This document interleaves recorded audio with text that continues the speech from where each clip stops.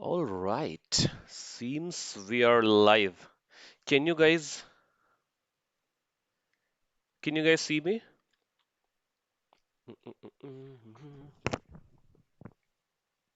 Yeah. If you reply on the chat that you can see me and hear me, would be lovely. Chalo. Okay. But yeah. See, we tried this first time. Live stream करने की कोशिश कर रहे हैं so let's see. This is an experiment for me also, learning new technologies while giving free workshops, benefit for both. I've never done a live stream, so this is my first time. Let's see. Hopefully this works out really well.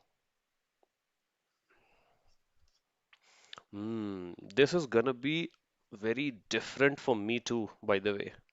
Like not being able to see faces. It's a very, very different feeling. Okay, ठीक है. While people are joining, let me start setting the context. Okay, from my side, I feel like I have uh, over prepared for this session. Literally, I feel like I have over prepared, uh, and I'll tell you why. Right now, I have with me around one, two, three, six presentations. Each and every one, like the minimum has six, seven slides, and on an average, every slide, every presentation has like 13, 14 slides. So we have like 70, 80 slides to cover, and every slide has like a lot of material in it. So let's hope it goes good. Ayush, hello. No, yaar, Motrusha, it's not happening on Gmeet because even though I've taken a very costly subscription of Gmeet, it is still allowing me only 500 people. And I was like, what if there are more than 500 people this time? So let's try to do this on YouTube as a live stream. If it works out good, otherwise we'll be back on Gmeet, right? Ranjana is here. Crazy boy is here. Okay, cool. You know what? Let's do a quick test of whether you guys can see my screen or not. Hmm. Yeah, okay. Also, quick uh, important thing for you guys that there will be a 6 second delay here today. Okay? Because when we do live streams, there are, some things happening. So, yeah, like there will be usually a 6 second delay, which means whatever you're hearing, I have said it 6 seconds before. So, yeah, bear that in mind. Okay, can you guys see this presentation? The first one?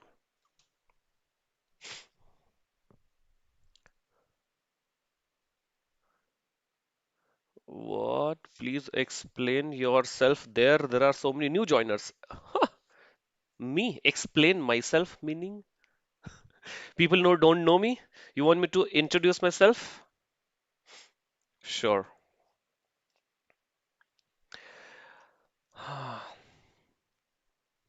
Okay. ठीक है. Let me introduce myself. Before that, are you guys able to see the presentation slide? The blue color presentation slide.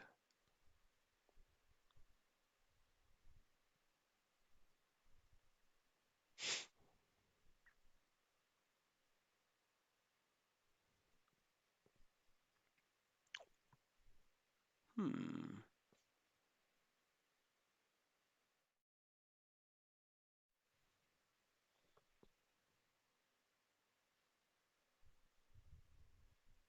Okay, ठीक है, चलो. If you guys are able to see, yes, perfect. Then we will begin. Okay. What are we going to cover today? We are going to cover, in my opinion, a broad spectrum of what an interview process looks like. It always starts from you selecting a company and then you apply for that company, right? Then there are sometimes people actually end up making mistakes there where people end up applying for the wrong companies for XYZ reasons. But yes, the step number one is you choose the company and you apply it there.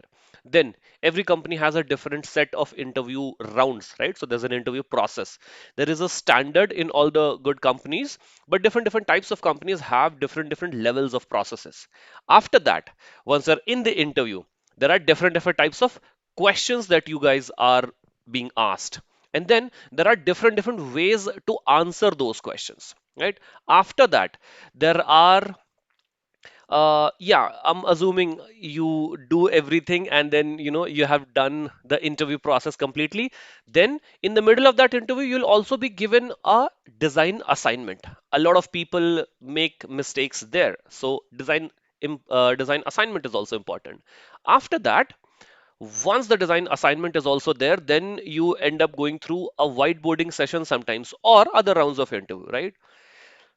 Assuming everything goes well, and then you end up on the negotiation table, right, where you are asking for a salary, the company is offering you some salary, and then you guys are negotiating, right? This is the entire process. I'm gonna try to cover all of this in six different presentations, six different modules. Okay, give me some positive feedback in the chat if you're able to see everything so far. Oh. Ooh, what just happened? One second, guys. Yes. My apologies. Um, Not able to hear me properly. Whoa. Okay, cool. My concern is you should be able to see my screen about 6 seconds from now. Yeah, let me know if the screen is back.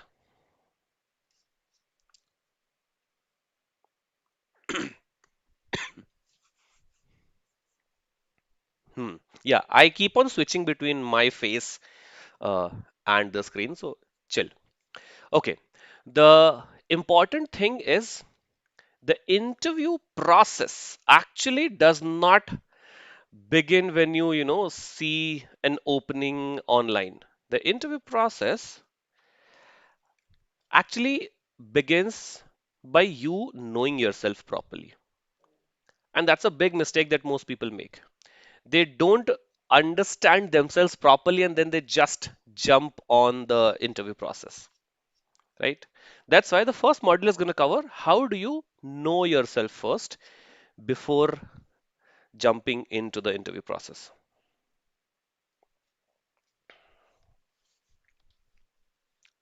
Yeah, everything is going good. Okay. Uh, there are three major parts of you as a designer being able to estimate where you really stand today. Okay. Yeah. Number one is seniority bias. Most of the people try to over index on the number of years of experience that they have, right? They kind of feel like, yeah, matlab, I have 5 years of experience. And then there is a designer at Google with 5 years of experience. And then they assume that it's all same, right? All years are same. But it's actually not, right? It's like all 5 years of experience is not the same. People in different environments get different types of exposure. And that is why all 5 years or all numbers of years of experiences is not same. This is called seniority bias, right? Most people basically overestimate themselves. And yeah, when they enter the market and they try to sell themselves as bigger than what they are, they face a lot of problems. Okay, yeah, I'll have to keep on moving this. Hmm. Okay, this lag is a little irritating for me, but let's see. Okay, I'm trying to switch again to my slide. I'm not sure if you guys are able to see my slides right now. Sir Google meet leave कर देता है. Mm, If you can leave. there are some problems. Yeah, okay, cool.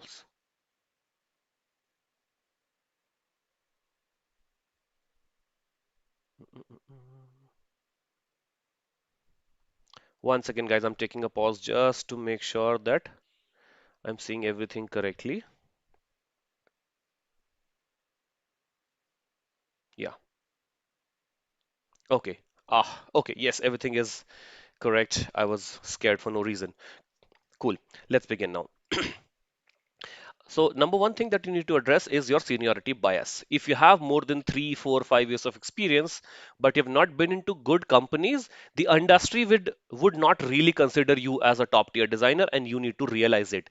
It's very hard to change this, and you need to be aware of this, okay? That no need to have seniority bias when you're going into the interview process. Second thing is, most companies, right? Most companies that are hiring between 0 to 5 years of experience are actually only wanting these three things. Basically, every single designer just needs to take care of these three things, and that is visual craft, product thinking, and communication. That's it. This is what every single designer needs to do. Okay, visual craft, product thinking, and communication process. And you need to kind of uh, audit your skills by yourself in these three aspects on a scale of 1 to 10 for your role. So, for example, if you are between 0 to 2 years of experience, try to talk to other people who are also into between 0 to 2 years of experience, and not just anybody else, right? Try to talk to designers who are in the bigger companies where you want to go, see their portfolios. A lot of the portfolios are available these days on wall of portfolios on all of these websites. See their work, and then try to give them a rating, and then try to give yourself a rating so that you can see where the gap is. You need to do this before you actually enter into the interview process. Now, one very clear thing that has emerged in the recent years in the market is that the market is actually very clear on what it wants. It's just that somehow the designers are not able to understand it. Most junior designers are not being hired because they are very UX proficient or product thinking proficient. Most junior designers are being hired first for craft. And in product design, most craft is either visual or interactive or motion. Most junior designers are being hired for craft. However, senior designers are being hired for product thinking and communication and influence. So if you are somebody who is between 0 to 3 years of experience, or a very simple formula, if you are somebody who has not yet reached 15 lakh rupees of salary, I feel like 15 lakh is a good mark. Trust me, you are going to be hired primarily for craft. The moment you cross 15, 20 lakh mark, it basically means that you've already proven yourself in terms of craft, and now you're entering into a zone where your product thinking and communication will start to play more important role, because you have already proven yourself on craft. It does not mean that craft is now less important. It means you've already taken your time to prove your craft abilities, and now it's time to prove your product thinking and communication skills. This is important. Okay, so junior designers, UI design, motion design, interaction design, which means you need to be a tool junkie. You need to learn all of these tools as much as possible. And then senior designers need to learn communication, influencing, and product thinking. So more strategic levels. Cool? Chalo. Now, one more thing, by the way. Ambition is good, but misalignment is going to be expensive. It's okay to aim for a role that is slightly higher than your current level. Okay, maybe you are at a 2 years of experience, and you feel like you have good work to show, so you can apply for a role that lists a minimum requirement of 3 years, right? It's okay. But when you are at 2 years, don't apply for a senior designer role at a bigger company which wants at least 3 to 5 years or 6 years of experience.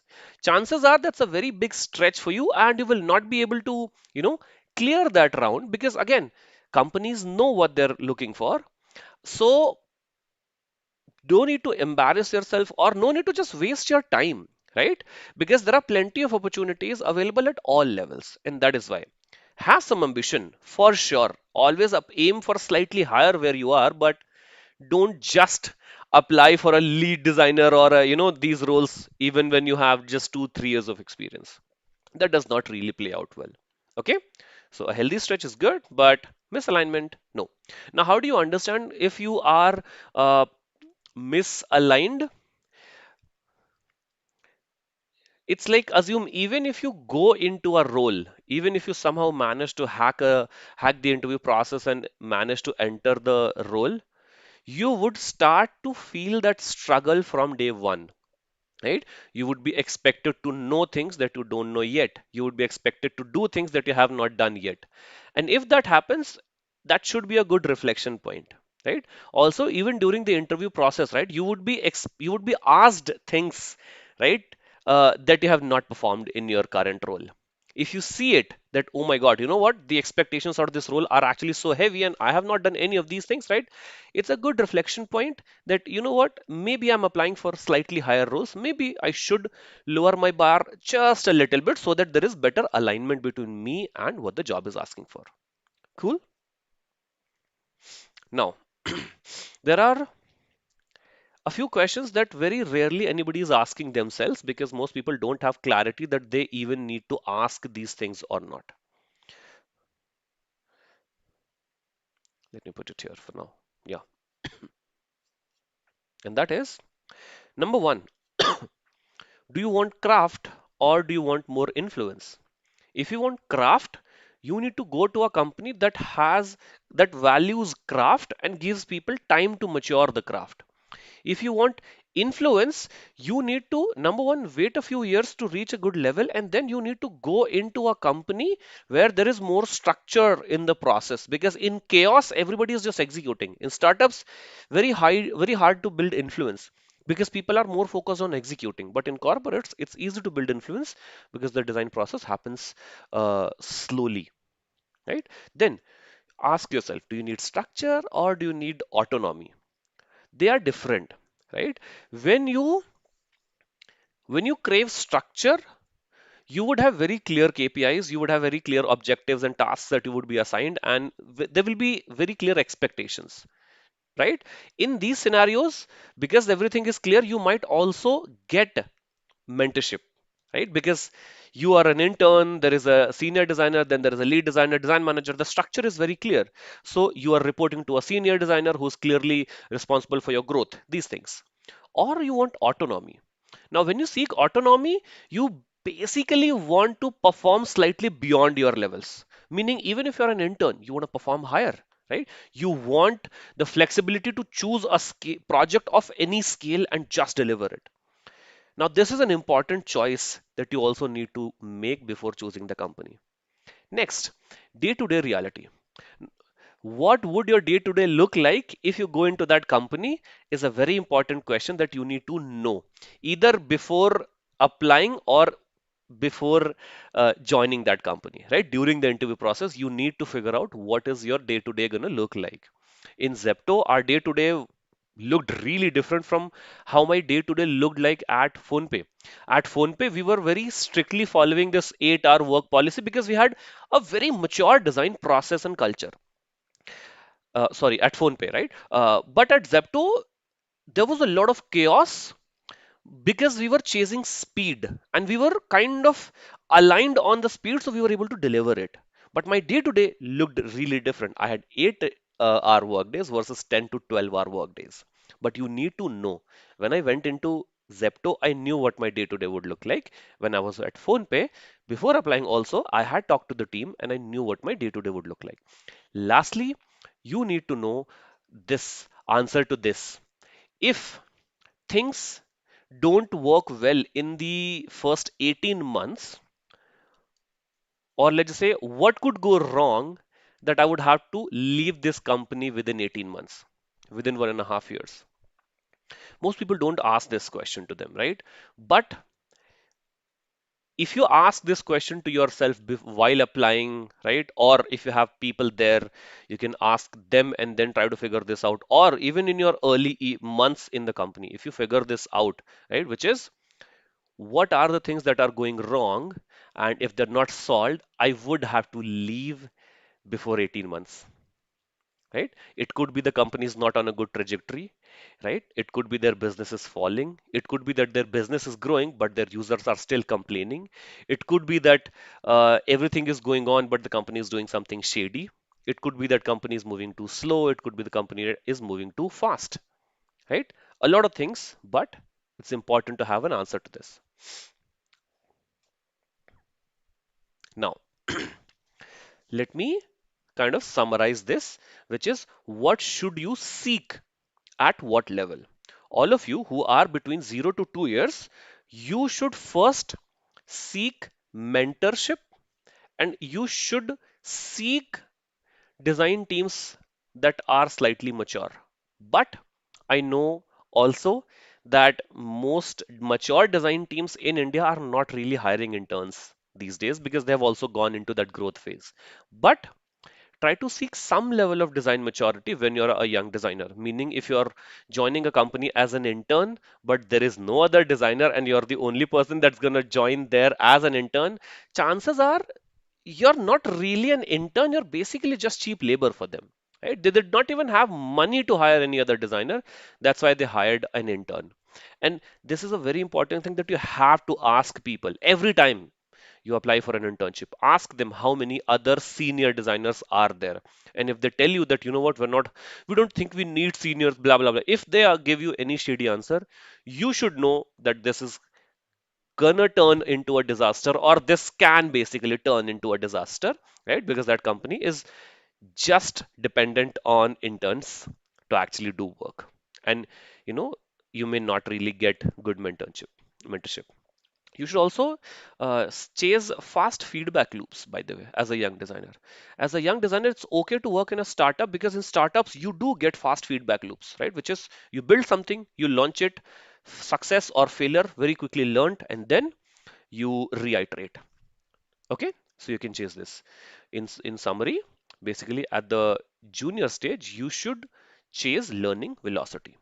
At mid level, you should aim for solving meaningful problems. Rather than chasing money, you should aim for meaningful problems, meaning choose companies that are working on good ideas, trying to build good products.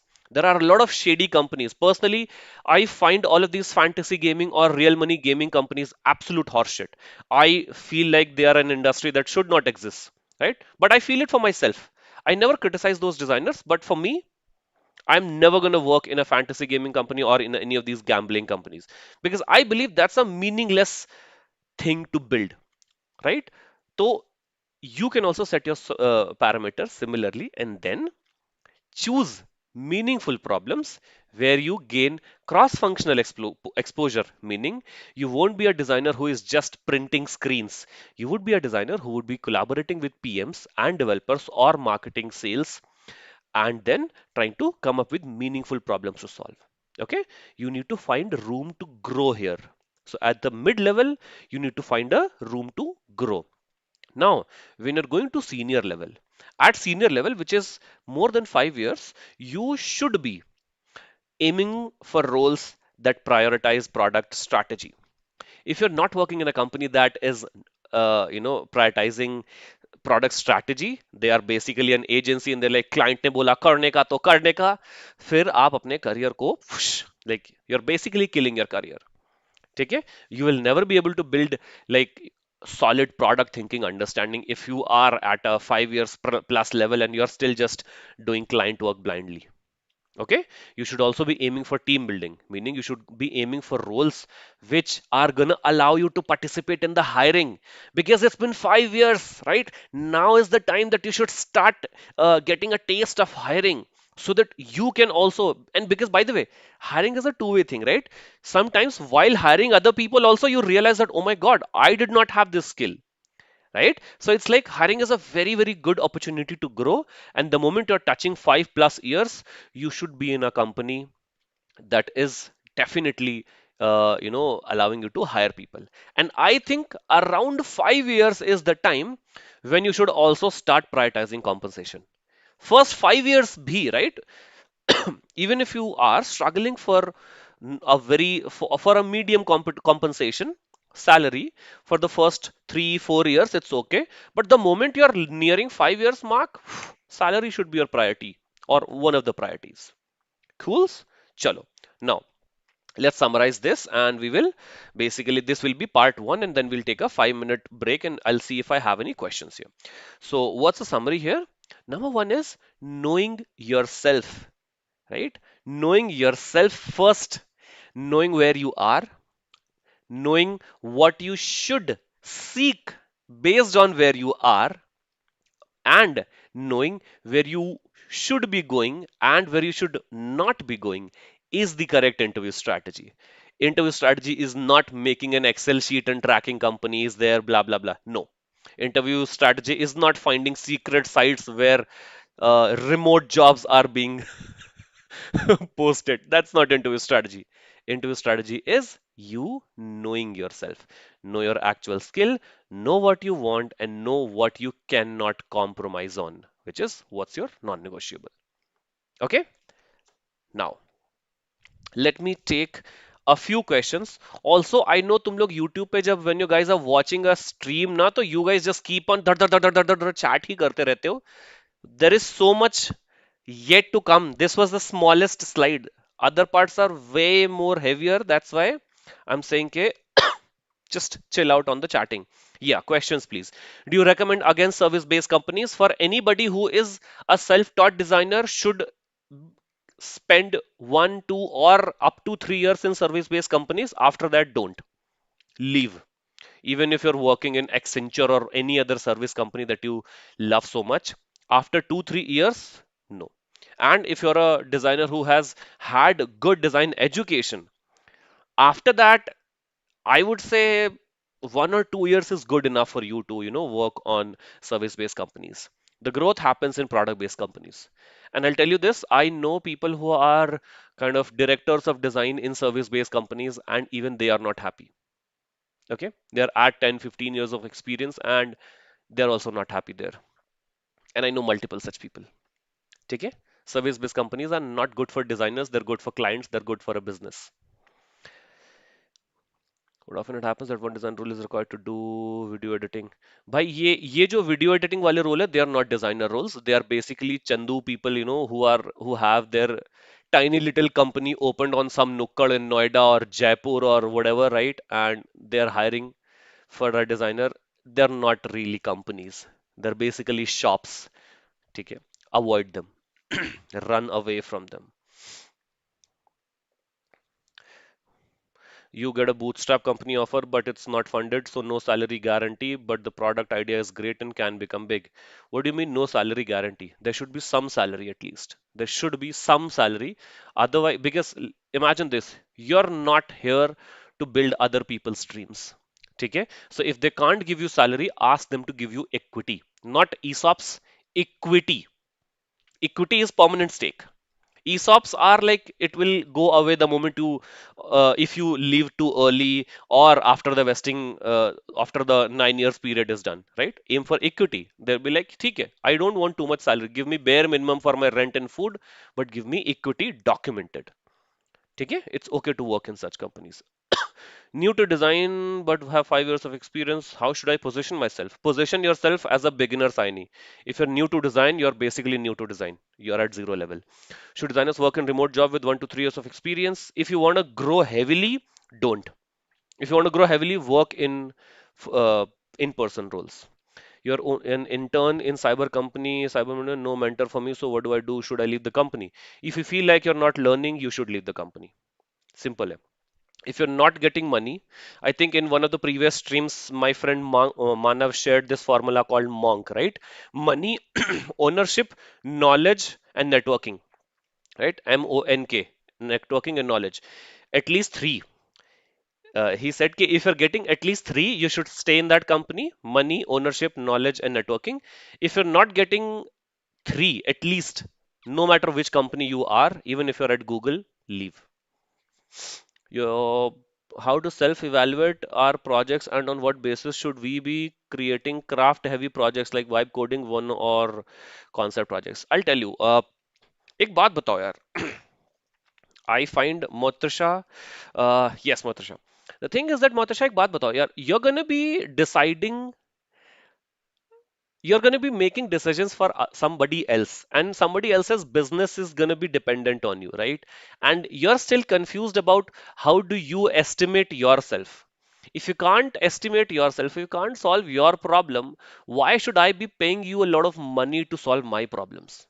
You know yourself best. You have like 20, 30 years of research on you, right? And I'm saying this not to be harsh, but I'm saying this to change your mindset. I need to be able to solve my own problems. I need to be able to clearly understand what is the industry standard for work, which is the 10 on 10 mark. Where am I right now? These things are visual, right? So on craft, you can see and judge. ठीक है? And if you are facing problems in seeing and judging, that means you need to process more, sorry, you need to consume better quality design first, because your brain is an input output machine.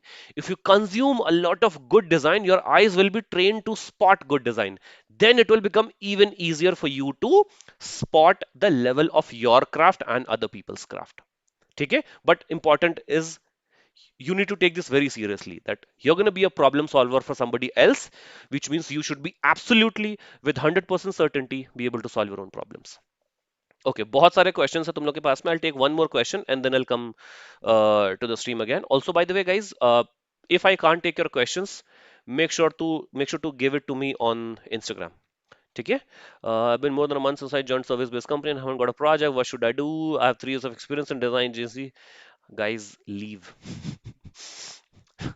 Leave. If you're serious about your career, leave. If you want to have some more days of peace before they fire you and then you leave, it's okay to get salary for free. Okay? If they have, because the problem is all service-based companies are struggling right now because of cloud, co-work, all of these hype bubbles. All service-based companies are struggling. So staying in a company at this point of time is a big risk. And I am not a supporter of risk. I'm a supporter of risk that is going to push you to become better. I'm not a supporter of risk that's going to make you stay in a company and decrease your value. Okay? Chalo guys, let's come back. A perfect YouTube channel for making a perfect design system. यार ये तो तुम लोग को खुद से ढूंढना है, ये थोड़ी ना मैं करूंगा. सीरियसली ब्रो, गूगल थोड़ा ना हूं मैं किसी का. चिह, गंदी बात, ऐसे सवाल नहीं पूछने चाहिए. यूट्यूब चैनल रेकमेंड कर दो. यूट्यूब फ्री है भाई. 10 चैनल 20 चैनल आप गूगल करो, मिल जाएगा कोई ना कोई अच्छा चैनल आपको. The only channel I recommend is Rajat Patel's channel. Okay, let's see. Now we're coming to the next part. I'll start to pick up pace a little bit. How do you choose the right company? Number one, I already have given you a universal framework for choosing the company, which is Monk. And actually, that's not relevant for choosing the company. That's more relevant for deciding when you should stay or leave the company. But let's look at a bigger version of that same framework. There are three major types of companies. Number one, there are big tech companies which are established products. These are companies like Swiggy, Cred, Razorpay, Zepto, Flipkart, all of these companies, big tech. Then there are startups, right, which is companies that are funded between Series A round to C round. Now, Series A rounds are usually between $0 to $5 million. Some companies do end up getting 25 million Series A, but uh, they are exceptions. Generally, companies that have gotten a total of 5 to $25 million funding are good startups. Zepto is not a startup, by the way. Sorry, guys.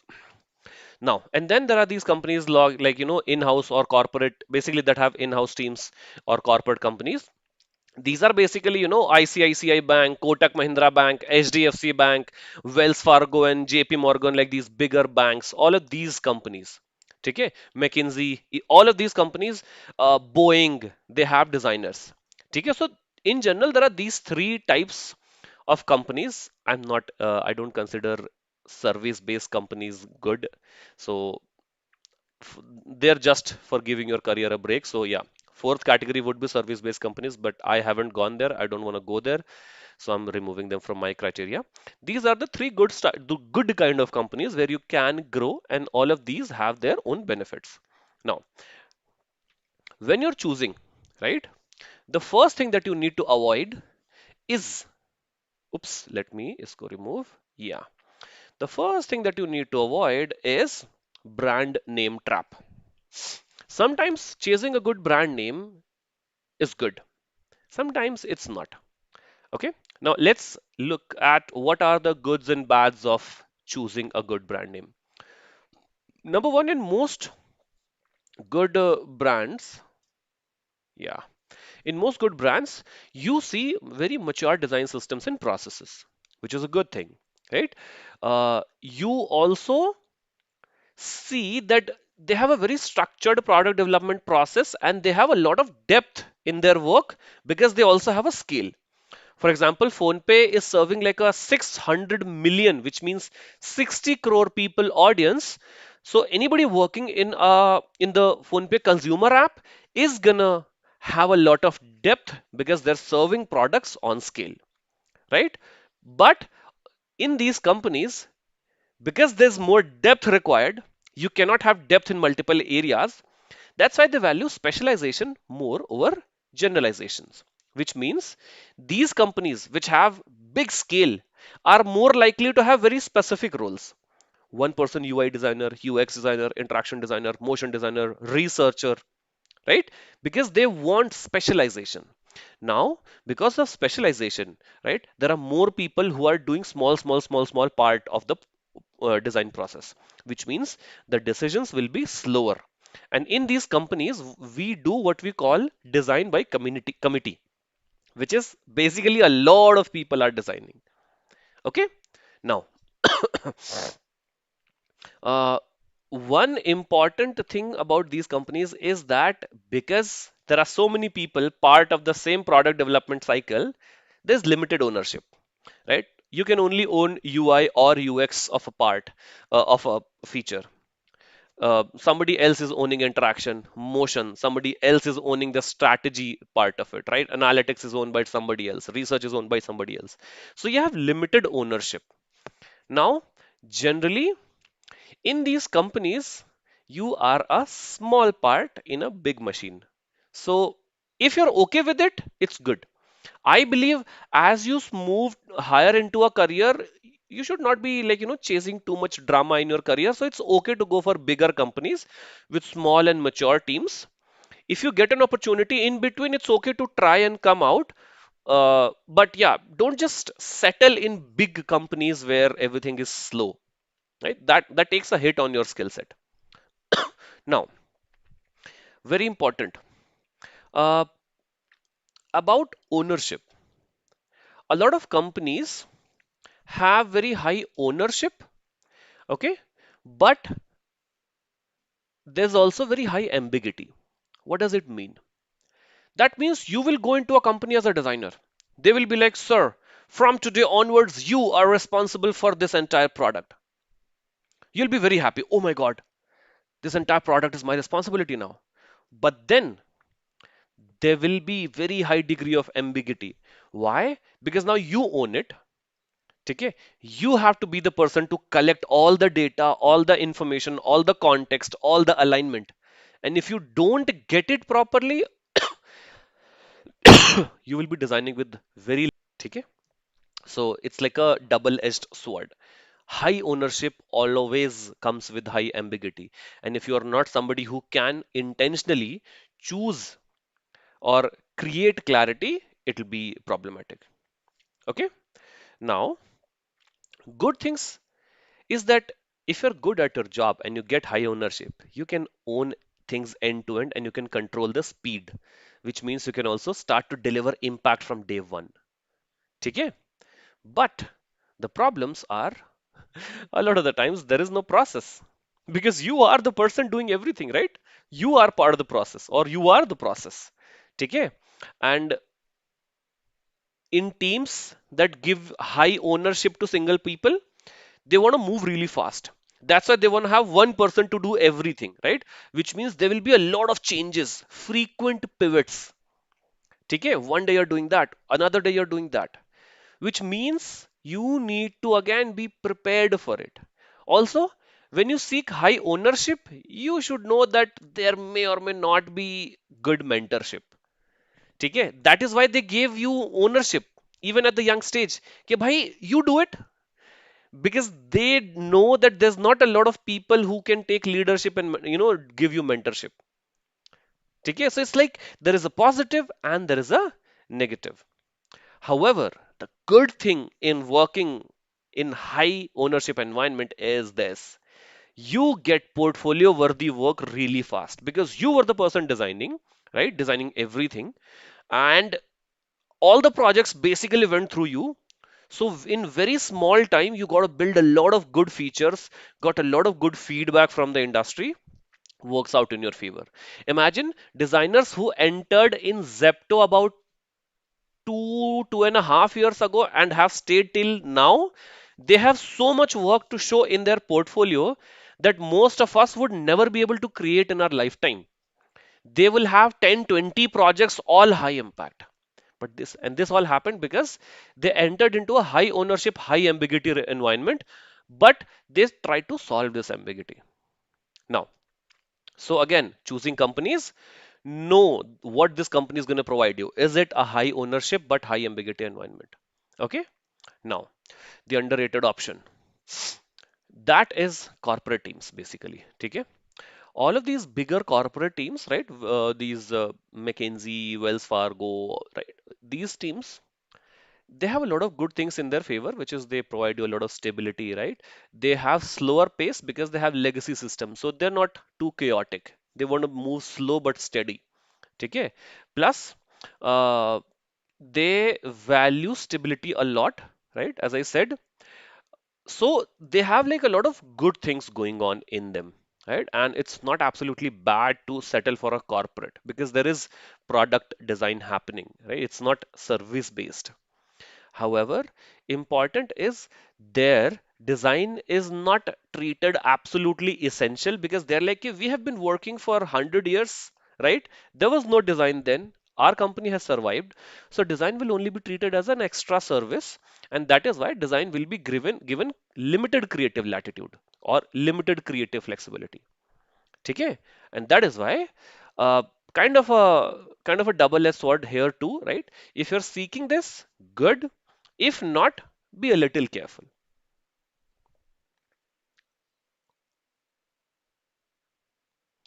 Yes, Srishti, that's a big problem. I mean, layoffs are happening every single company, right? Dell also is laying off 40% of their workforce. So, as I said in the reel also today, we have all been affected at multiple times. I've gotten a layoff from the early stage also my of my career. So it's like layoff का तो हम control ही नहीं कर सकते. Okay. Now, let's quickly again, right?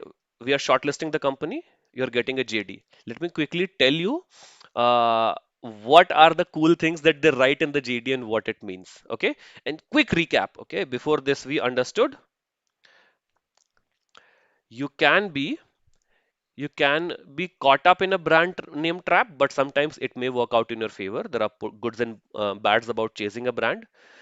There are goods and bads of chasing a high ownership but high ambiguity environment. There are goods and bads of chasing corporate teams, and a lot of the times they are a very underrated option.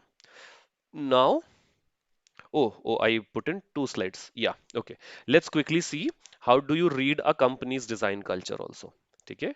Number one is seat at the table. If they have a CPO or a CD, sorry, if they have a CDO, Chief Design Officer, it's a good company, I would say, right? Because most companies don't give designers a seat at the table at the top. So if a company, if you're applying for a mature company, they have a CDO, good company. At the very least, they should have a head of design who has somewhere upwards of 8, 9, 10 years of experience, at the very least. Then you can be sure that, yeah, you know what? It seems to be a good company. Then, what is the what is the designers to PM ratio? ठीक है और designers to engineer ratio, and you can ask these questions to the HR or yeah when they are calling you okay how many PMs are there per designer. Sometimes one designer is reporting to 3 to 4 PMs. very bad company to work with. ठीक है? One to one is dream. I personally prefer there should be less product managers and more designers. ठीक है? But every company usually these days, growth centric company has more PMs than designers. So kind of a norm. For engineers, I think a good ratio is 1 to 3, 1 to 4. One designer, three developers, four developers is good. Up to five is also good, but more than that, gonna be very chaotic for the designer. You will have to do too much because so many designers are waiting for you. Okay. Now, uh, okay, what is this? Team portfolio. Does the live product show evidence of design, craft, or just functional UI? Oh, basically, if you want to understand a team's culture, look at their product, right? Look at their product. For example, Big Basket seems to have a very functional UI. Swiggy seems to have a very well crafted UI. Okay? Uh, when I see Swiggy, I feel that, you know what? A good team came together. So this is like a team portfolio here, right? A team is doing good work here. But when I look at Big Basket, I don't see at least importance to craft. It's more functional. Everything works the way it should be working. Okay? But yeah, this is an important factor when choosing a company. Lastly, design tenure. Again, if you can ask the HR what is the average time that a designer stays in their company, okay? They'll not tell you, but this is something that you should ask, other designers in the team. Okay, what is the duration, you know, of an average designer stay in the company. If it's less than 12 months, it's a risky option. I would say 1.5 to 2 years is a good time because people want growth, so they leave. Okay. Now let me quickly see what the JDs promise and then what it actually means. This is the fun part. Number one, you need a rock star designer. We need a rock star designer who can do it all. This is a very common line in startups hiring on LinkedIn. Looking for a rock star designer. The moment you see this, you should know that there is no design culture in that company. Literally, no design culture in the company, and you will have to constantly execute, execute, execute. Build this, build that, build this, build that. You will not get time to think and reflect too much. I have been in these companies, that's why I can say that, yeah, this is the case. Oops. Yeah. Oh, one second, guys. Something happened in the slide. Mm-mm. I think I accidentally deleted it, but okay, we all read it. Now, okay. Uh, number one, number two, fast-paced environment. If a company says that, yeah, we work in a fast-paced environment, know that there will be a lot of chaos and there will be very little processes. Then, uh, then if a company says you will be working closely with the founder, people try to glamorize this a lot, right? Know that you will be micromanaged a lot. Like founder तुम्हारे sir पे, right? They'll be sitting on your head and be like, when, why is this late? Do this quickly, blah blah blah. You'll have a lot of micromanaging here.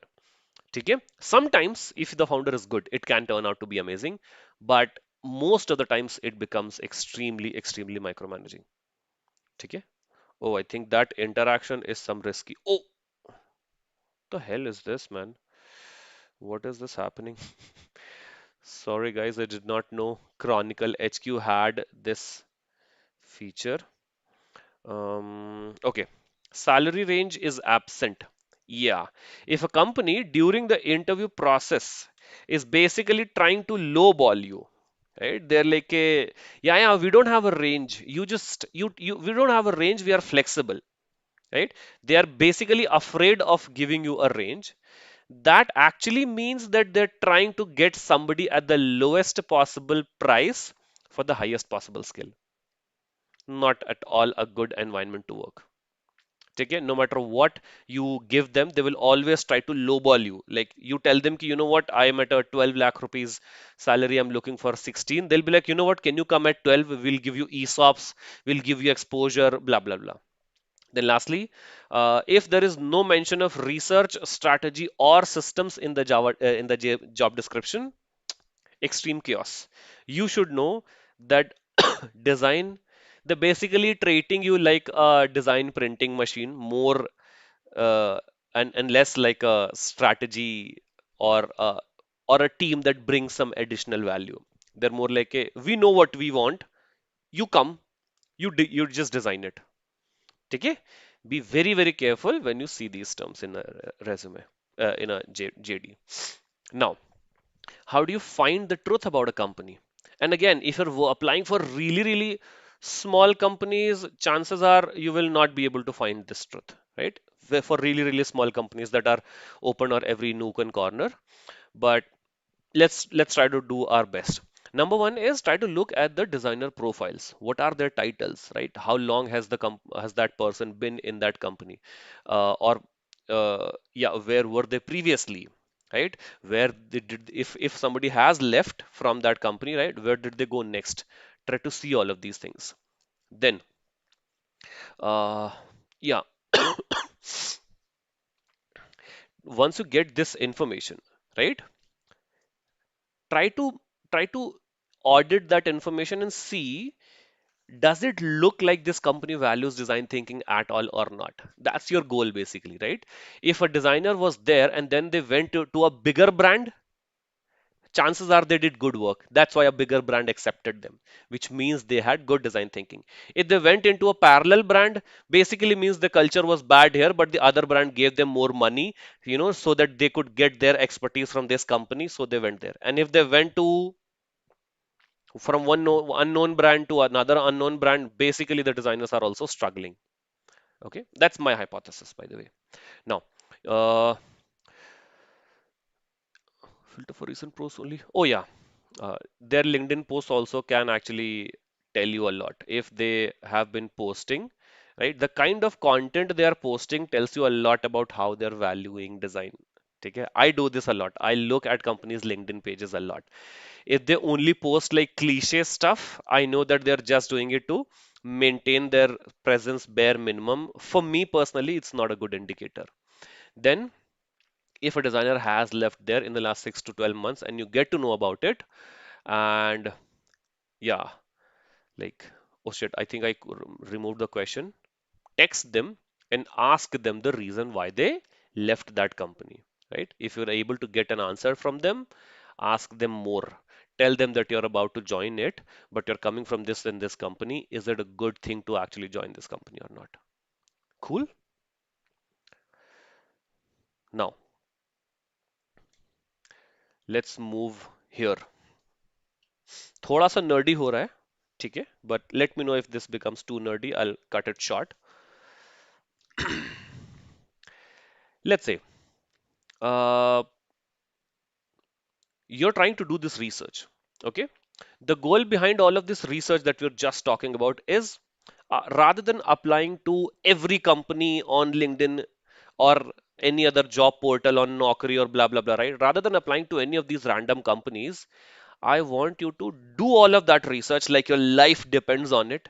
Then make a list of 15 to 20 companies and then divide them into these three tiers.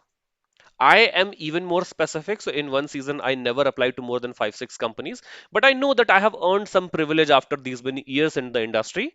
A lot of you may not have this. That's why I'm saying, okay, at least have 15 to 20, but don't go more than 20 applications in one season. Then once you have, uh, make sure that 30% of those companies are basically slightly above your current level. Okay? Like slightly push 30% companies. Half of them should be like, I have exactly what these people need, right? I'm a senior PD in Zepto. I can immediately go and become a senior PD with some experience in Swiggy because I have extremely relevant experience. So 50% company should be this. And then you can have 20% companies for which you're overqualified. Have this. Why? These companies for which you are overqualified, if you get here, chances are you'll get good salary, right? Because you are already overqualified for them slightly.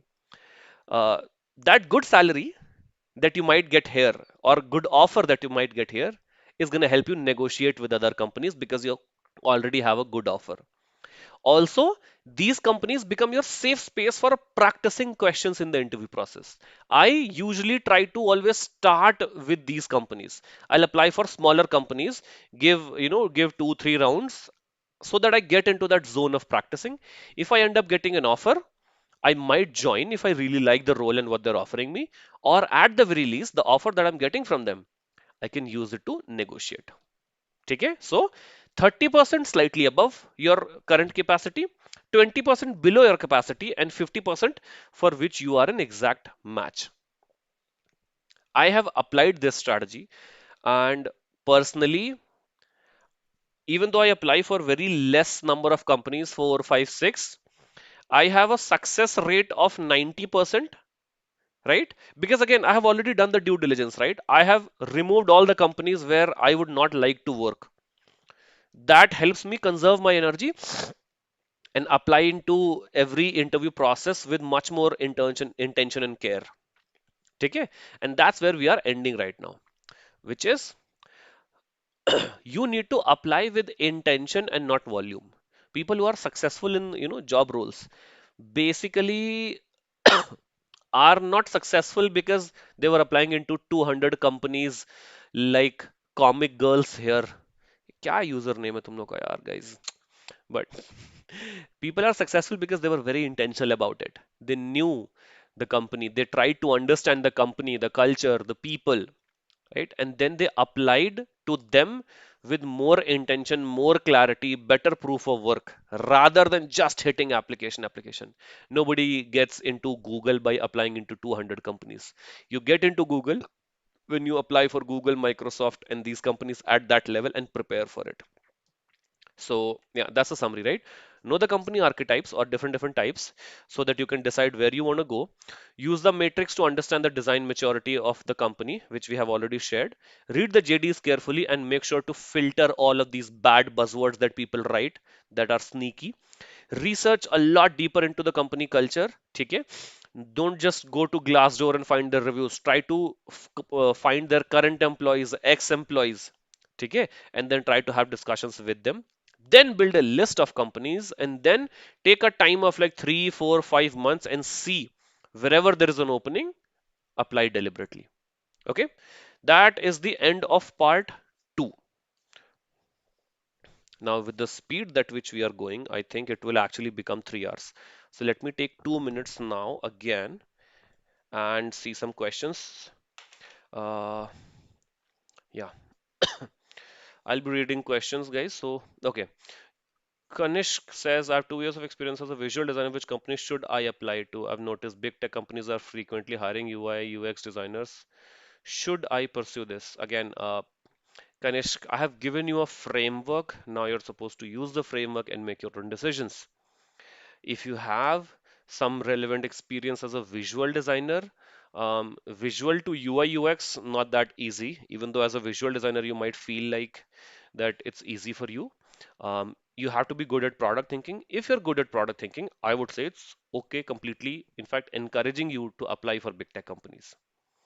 Shruti, should I also be filtering companies based on the kind of work I have in my current portfolio? For example, if I just have B2B SaaS type of work. Yes, the framework that I showed you, right? 50% of the companies can be where you have an exact match. The rest of the companies you can experiment also. 50% minimum should be a match. So that you don't feel demoralized during the interview process that I'm applying everywhere, because most companies are actually looking for very specific hires. Very few companies are doing general hiring right now. Okay, very few. That's why if you have B2C experience and you apply for B2B or vice versa, the chances of your success will be going down and you will not be happy with the results. When you joined Balaji, when you joined one company last year, the role was presented to me as over time it became more intently focused on creating LinkedIn posters, ID cards, etc. Can I stay there or leave? I think you know my answer. Balaji, you know my answer already. Transitioning from sales to UI/UX and building my portfolio, is it realistic to get job as a fresher, or what should we focus on? This is slightly broader, but I don't think right now is the best time to transition to UX. Trust me. In my opinion, I don't think this is the best time to leave a job that is paying you and transition to UI UX. ठीक है, maybe 1 year later would be better. Right now there is so much chaos. It's harder to survive as a UX designer, let alone encourage. ठीक है, if you have some experience in design, it's okay to upskill and then try to get a job, but just be ready that there will be a lot of challenges. Figma MCP use design consistency, क्या question पूछ रहे हो यार तुम भी? The presenting, yes, okay. You have 1 year of internship experience. Does internship experience has any value when I apply for roles which are 1 to 2 or 1 to 3 years of experience? Nope. 1 year of internship experience does not count. It will only be counted when you're applying for entry level roles like PD1 with 0 to 2 years of experience. There it will be counted. How to find product companies which are open for PD role and quick connections. Bro, if you like the product, if you know about the product and you like it is a product company, right? If the company builds their own product, you can use it, see if you like it. What's your take on career gap? Currently, you have 3 years of experience. If you have career gap and you're above 35, it's going to be challenging to get back. Otherwise, it's okay. मतलब थोड़ा hard work के साथ में you can survive, I think. But more than 35, थोड़ा problem हो सकता है. Or if you were before 35, you are at a very good position in a good company, then it's okay. Because parameters are changing of evaluating a good designers, right? So इसलिए. Overcome AI taking over designers. No. Is that human psychology? Human psychology is important for UX designers, bro. I don't know what's human psychology. Um, how to prepare for interview as juniors? I am taking a session, bro. Should we ask salary range with HR after first round of interview? You should ask salary range before first round. If the salary range is not matching your expectation, you should not even be going into the interview process. Okay, chalo. I have 373. Okay, chalo. 373 people are still interested in this. Let's see. Let's quickly go to this interview process wala thing. I'll try to rush this a little bit and get to the good stuff, which is the next one, interview questions. Okay, should I proceed, guys? तुम लोगों ने बहुत सारे question पूछ दिए.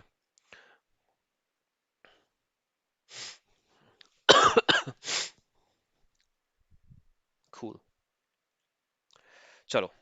Uh, Generally, the interview process, I think by now the interview process on all the good companies has become pretty much standard. There are these 5 rounds. Number one is you get a call from HR. This is usually called the screening round. Then you most often end up presenting your portfolio in the first round. Then you get a design challenge. In this design challenge round, sometimes if you are between 3 to 5 years of experience, you can also opt for a whiteboarding round. Then, once this is done, you get another round which will be partly discussion of your design challenge. Or if you did whiteboarding, then the next round will usually be your behavioral fit or culture fit round. Okay, where we will see how you will collaborate, right? What's your communication skill, etc. And then lastly, you will have one round with the design leadership, which is head of designs, etc. They will try to evaluate you from their own perspective, whether they see you doing good work in the next 2 3 years, right? What is the potential that they see you in you, all of that stuff. But these 5 parts of the process are pretty much standard. Okay, when I interviewed at Google, my first round was a portfolio screening round, but that was with an international designer in, I think, YouTube, first round. But that was a single person round. Once I cleared that round, then I went into the main interview process where there was a panel of 4 people, and then I again presented the same portfolio to the same panel, 4 people. Once that round was done, then I had individual rounds with all of the people.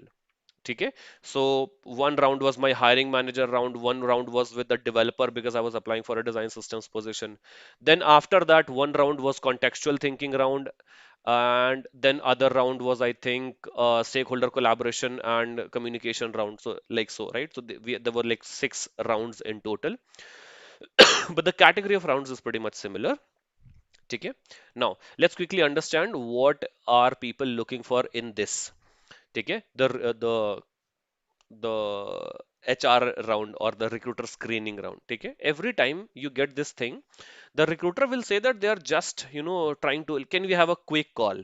But even in that quick call, people are trying to evaluate a few things. Number one is they're trying to look for your communication clarity.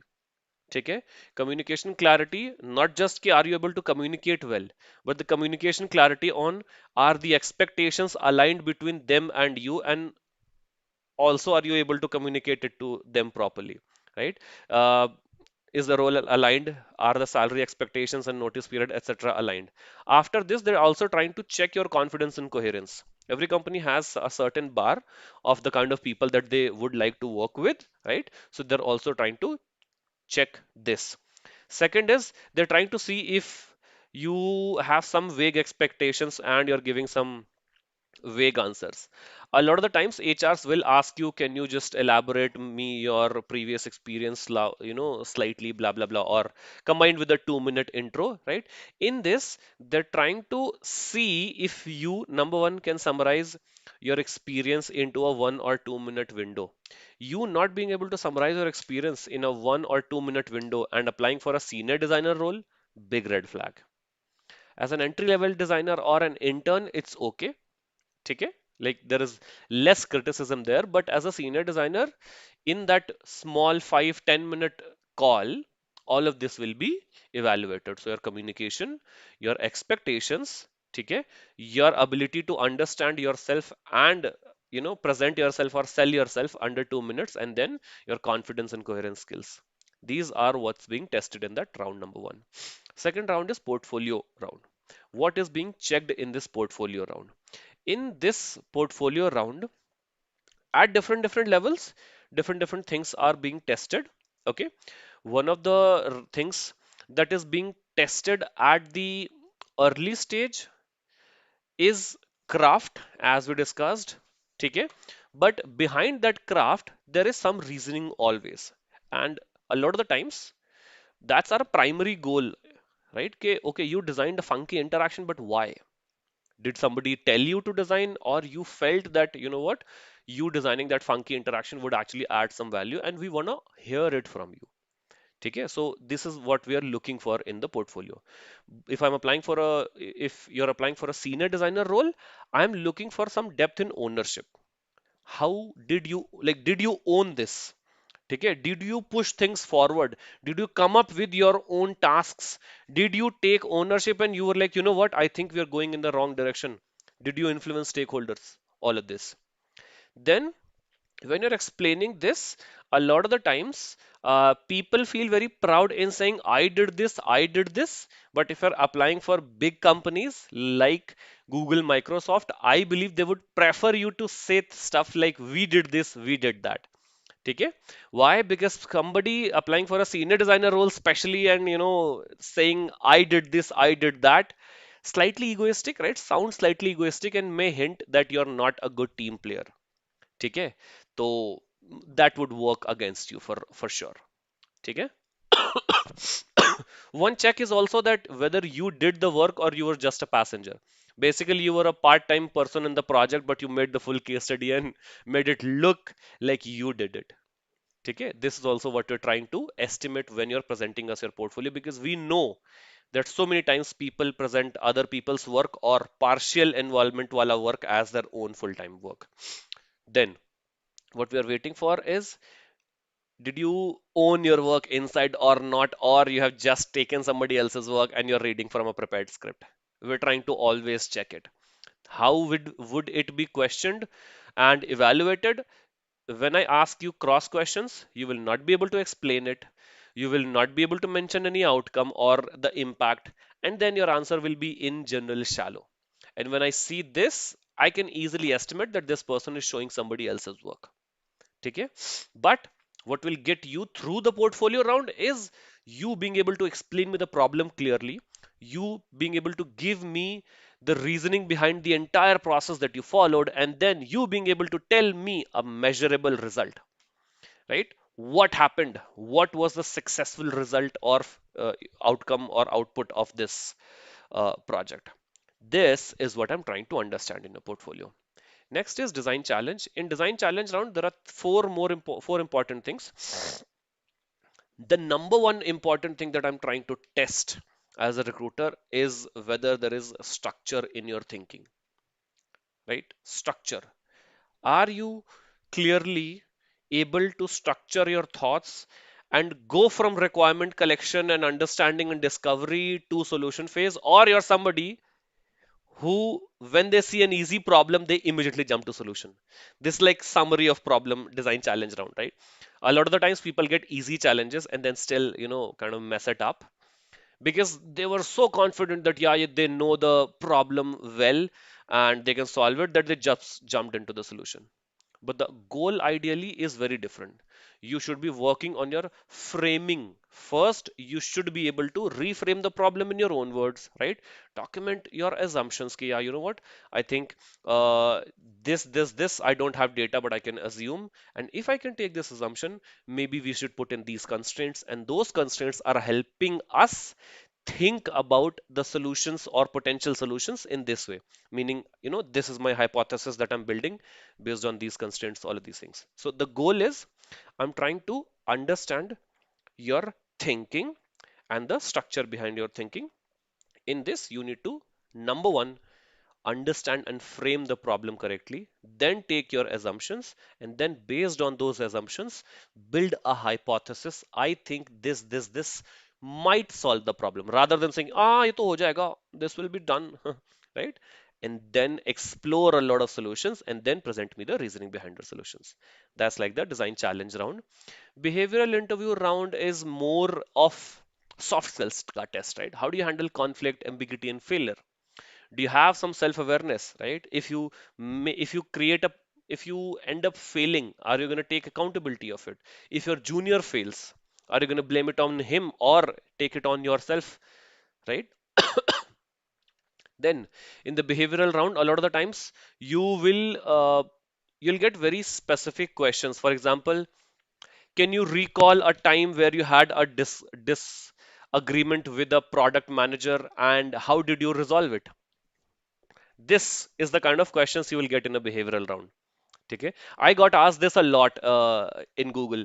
One of the question was, can you recall a time where you had where you had a disagreement with a product leadership, but you were still able to push forward and kind of influence them to try out your idea? Now, this question, if you don't have an answer to this, you can never answer this, right? You can't make stuff up like this. And in behavioral rounds, a lot of the times in good companies, you will get these questions.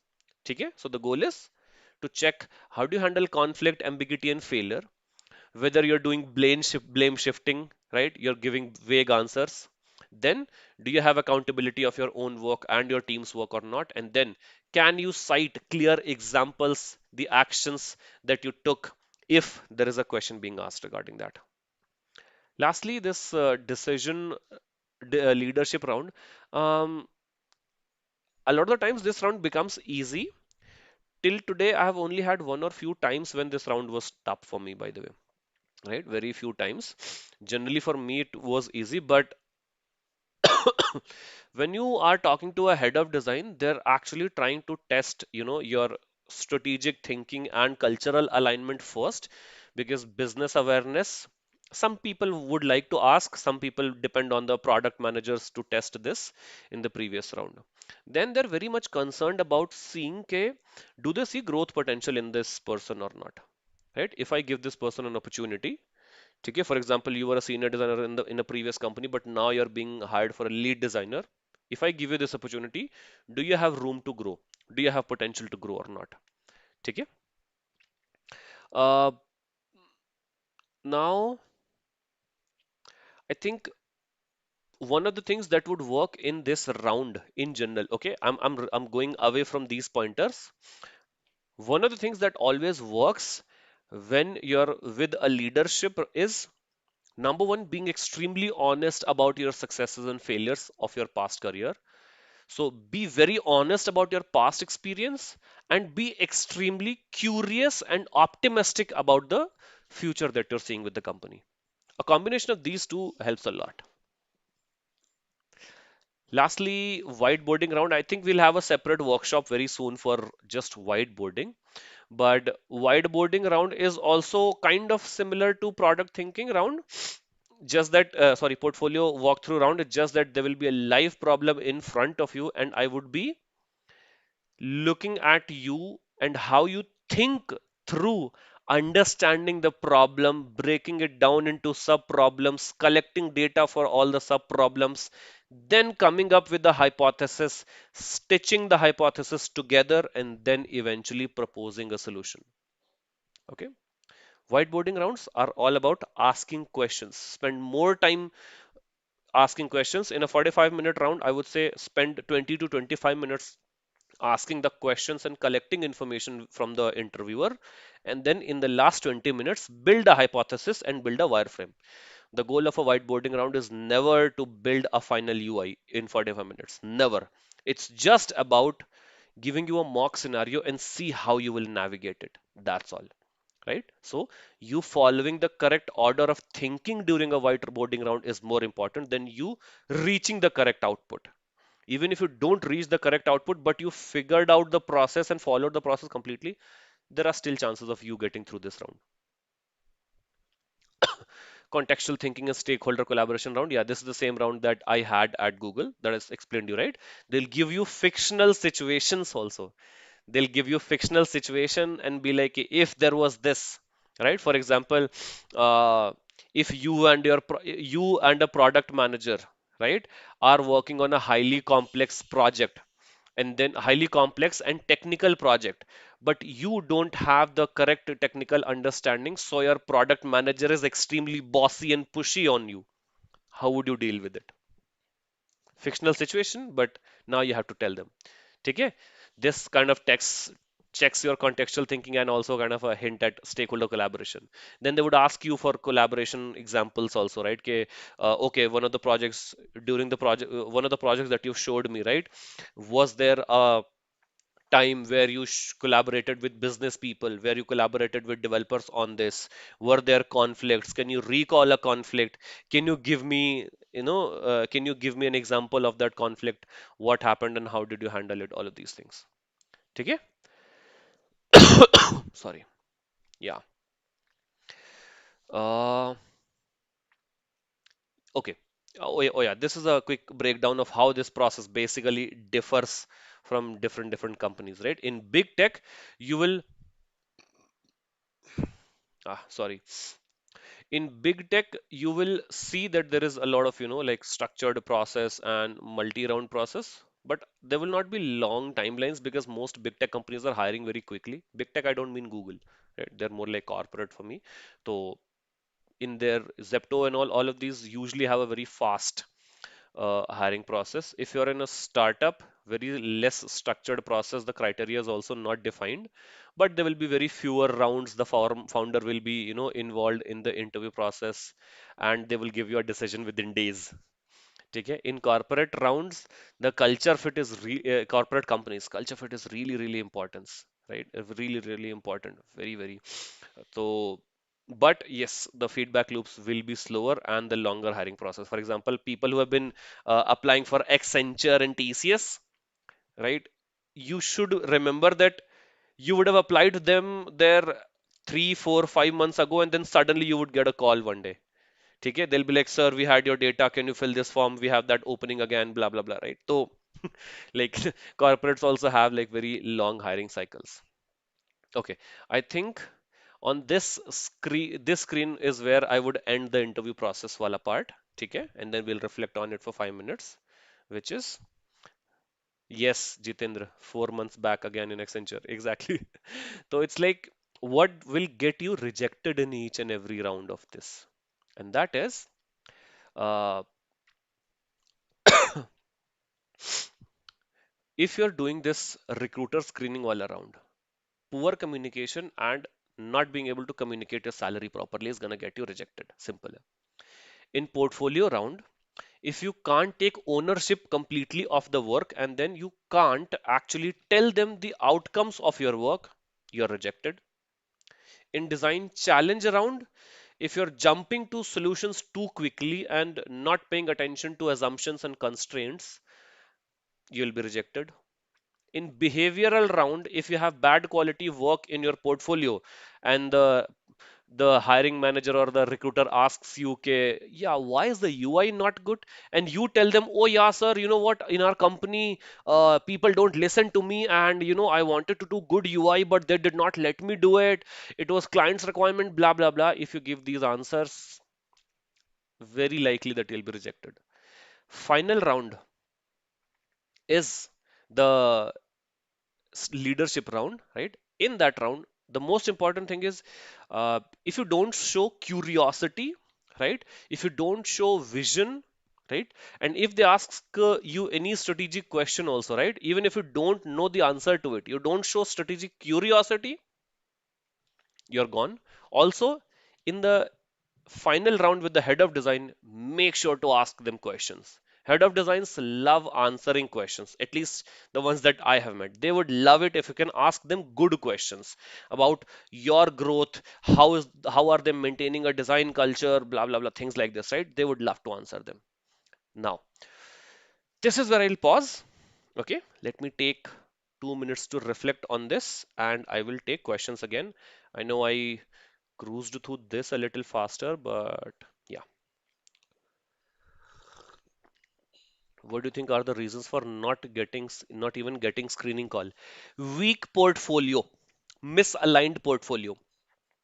Either portfolio was too ambitious or it did not have the correct match between what is expected and what you were providing. Can we give example of those questions, Prachi? In the next slide, I have around 11, 12 questions, but yeah, so we'll cover questions. Had an interview with a large bank. I cleared round one with the design manager, two round with the head HOD, and then had a discussion with HR, now product owner, head of digital banking. यार हो गया यार अक्षत आपका तो process फिर सब तो had a discussion with HR, now product owner.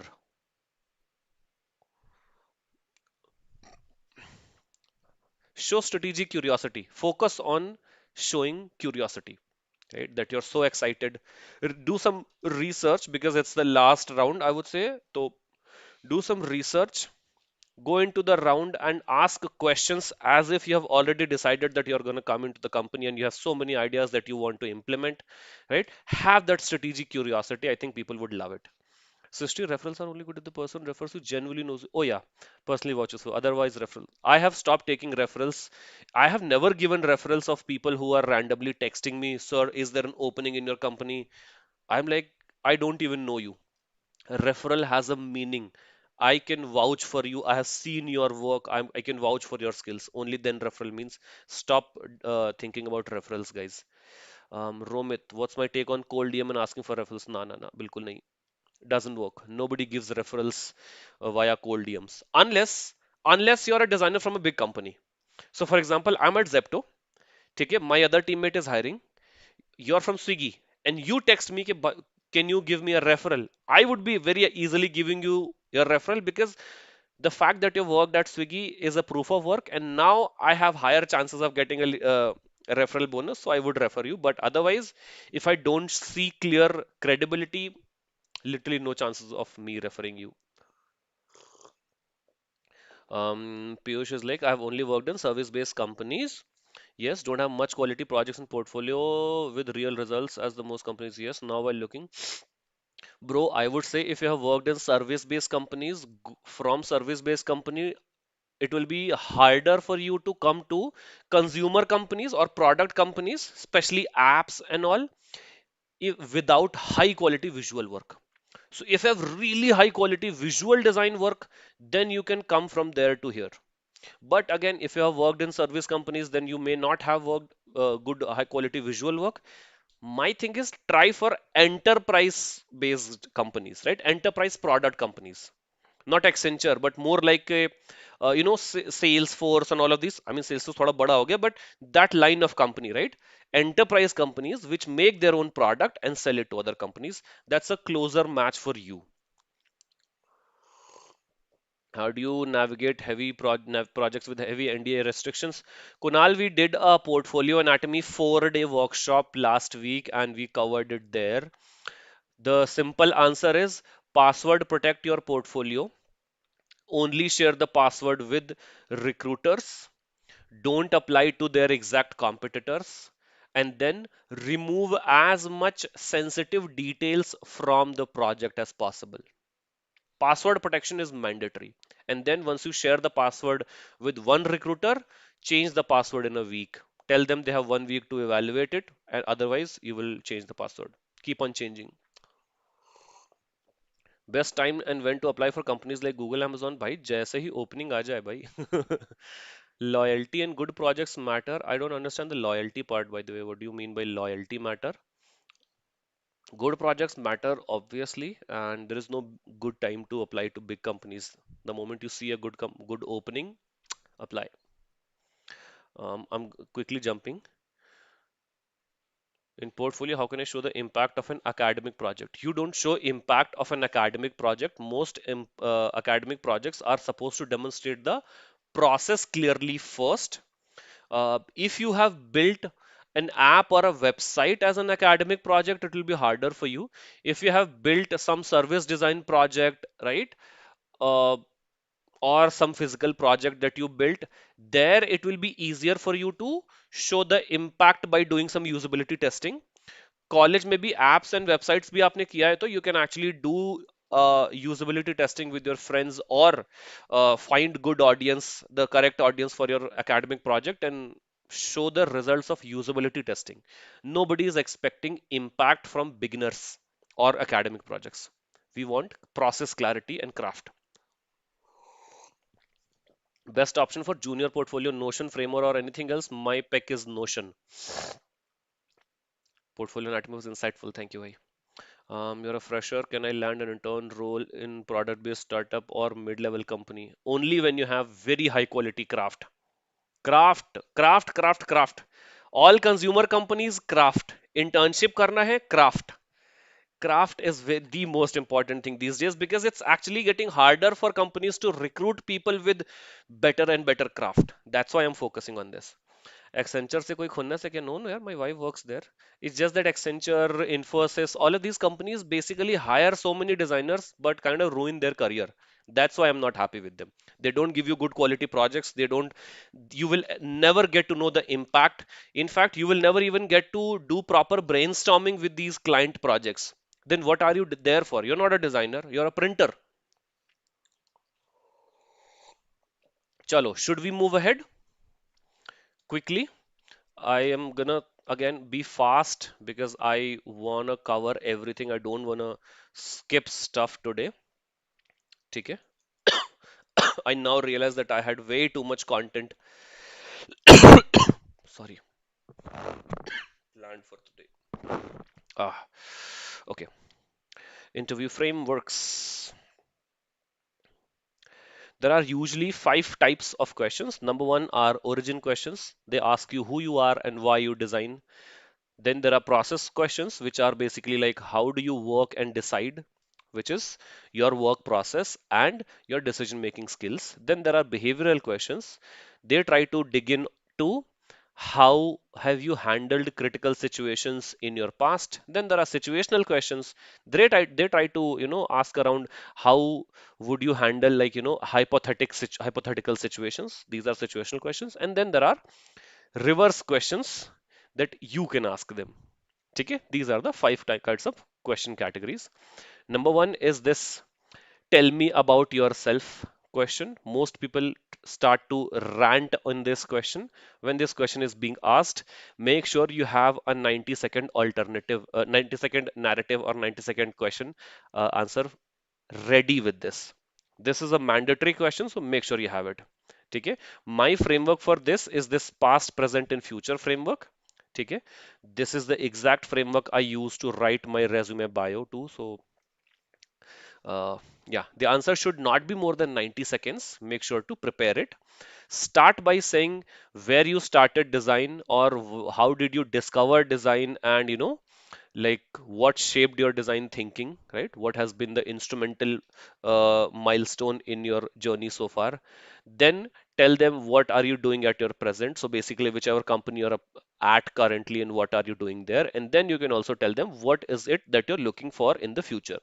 So for example, if somebody asks me, "Hi Raja, tell me about yourself."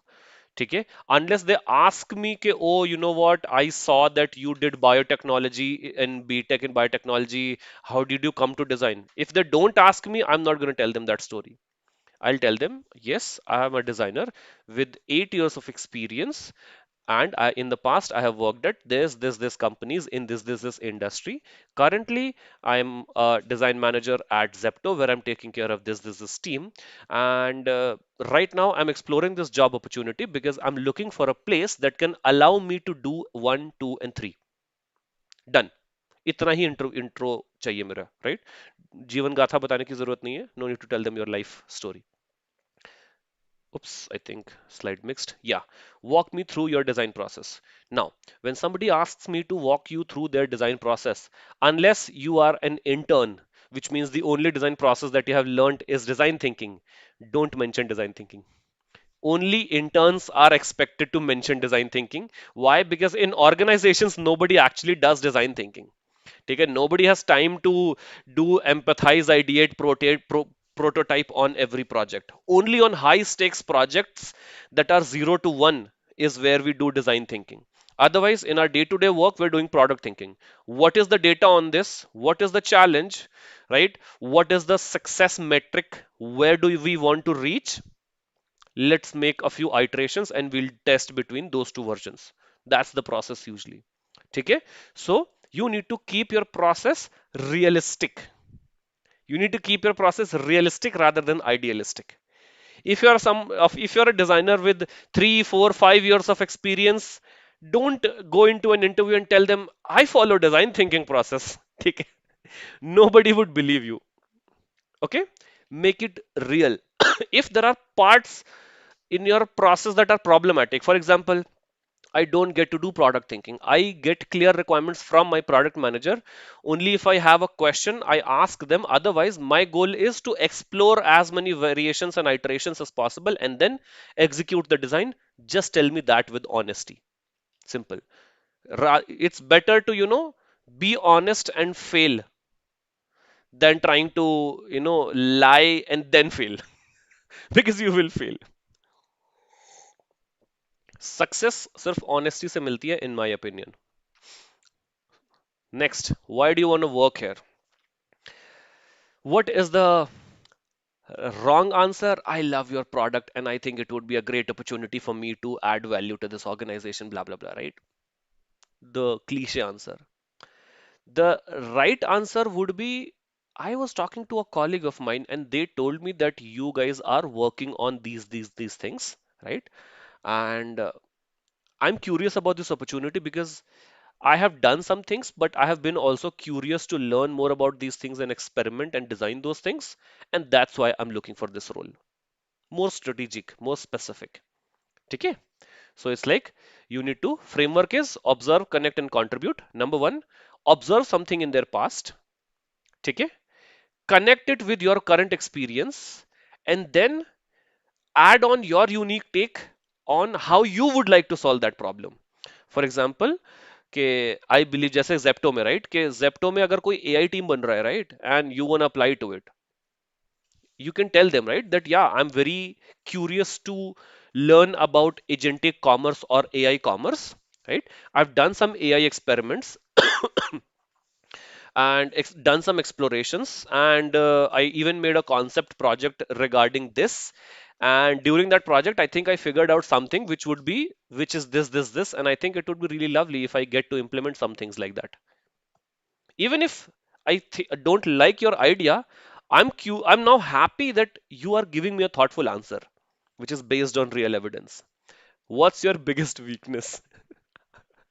Oh, don't say I'm a perfectionist, I don't have any real weaknesses, I can do everything. No. Okay, what is the correct answer?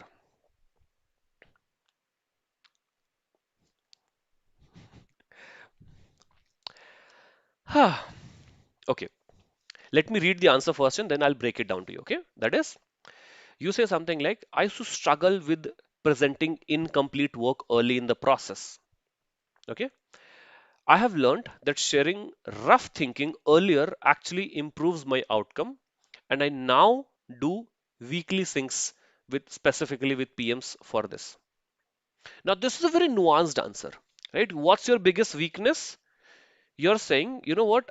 My biggest weakness is that I have been struggling to present work that is incomplete. I'm scared of taking feedback too early, or I was scared of taking feedback too early. Okay? However, the important thing is when people ask you what's your biggest weakness, you're not just supposed to tell them your weakness and end it there. You're supposed to tell them that I used to have this weakness and then I have realized it that it's my weakness, and then I've also started taking corrective measures. This that's like the Uno reverse moment. Okay? Okay, I realized it, I had this problem, I realized it, and now I'm taking active steps to solve this. That's the framework for this. Okay? Tell me about a time you failed. This question, you're always supposed to have a well planned answer for this.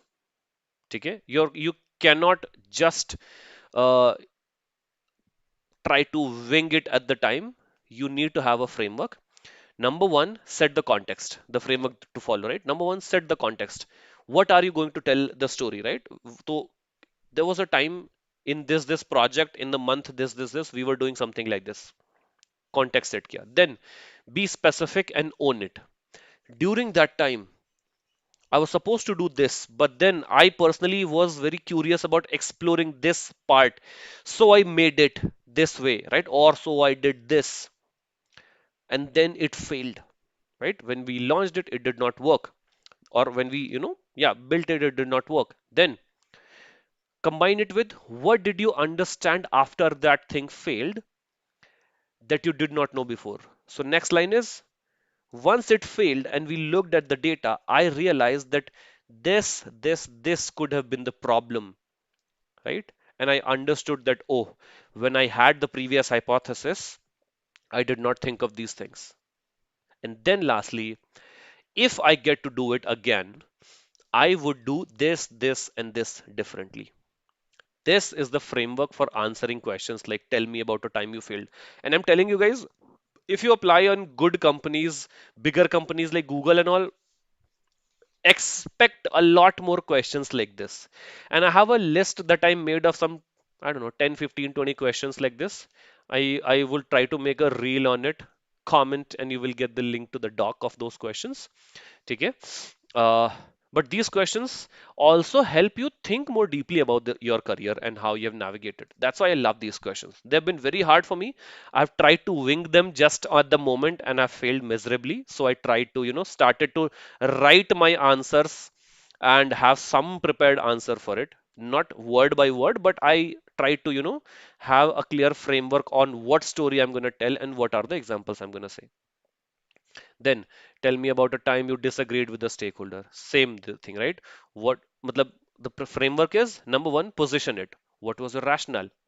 What was your design rationale and why did you think that way? Okay, so for example, I disagreed with the PM on this because I believed this is the right way of doing things. Then, what was the opposing view and what was driving it? The PM believed that's not correct. The PM believed some other version was correct because he also had context behind that. Okay, that was the reason, right? So first my take, then PM's take, and then you tell them, okay, how did you actually navigate the solution and then respected both perspectives and helped come to a conclusion, which is after discussions, we both try to come up with ideas, we both try to discuss, we both try to present the merits of our ideas, and then eventually we concluded on this. Okay? More. Oh, wait. This is not supposed to be here. Wrong image kahan se aa gaya? Yeah, let me remove this. Yeah.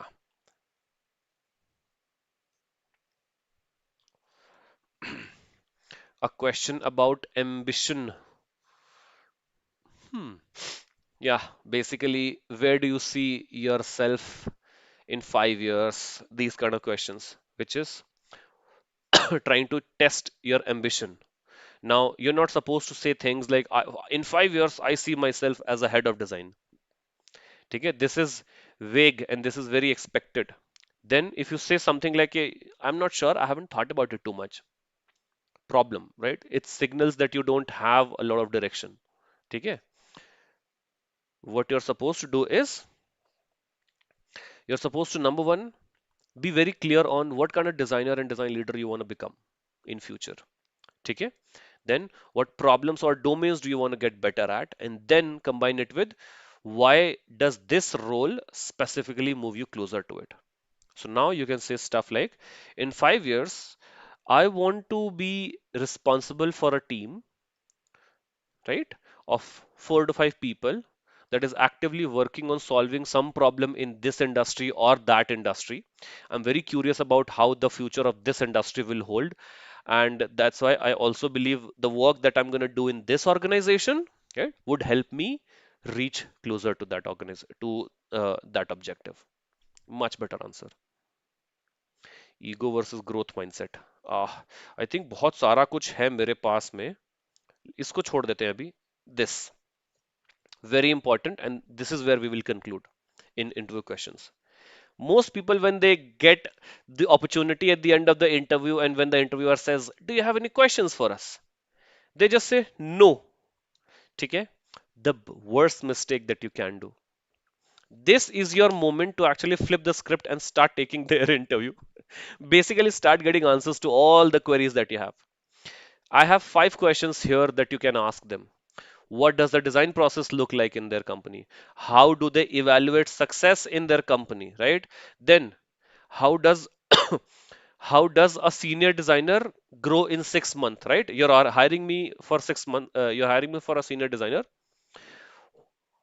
What does success for a senior designer role look like in 6 months, right? How would you evaluate it? What are the challenges that the design team is facing right now? Okay, how does design influence product decisions in the company? What is the relationship between designers and product people? Then, what would, oh yeah, this is a really good question. What would make you look back and say hiring me was the right decision? It's like a fictional question that you can throw on them. Okay, it's like, if I get hired in the company, what can I do in the next 6 months or 1 year that would make you look back after 1 year and be like, I think I hired the right guy or the right girl, right? So many other questions also, right? You can ask them literally everything. Do you guys work after office hours? How many times do you do overtime in weekly? Do you guys work on weekends? Okay? Anything that you have, make sure if you get the opportunity to ask them questions, you are never leaving this opportunity by saying no questions. Okay? I think you guys would understand this framework already. If you don't, STAR is the framework. Yeah, STAR is the framework, very common to ask a lot of the behavioral and situational questions. ठीक है? Product related questions also. Situation, task, action, results.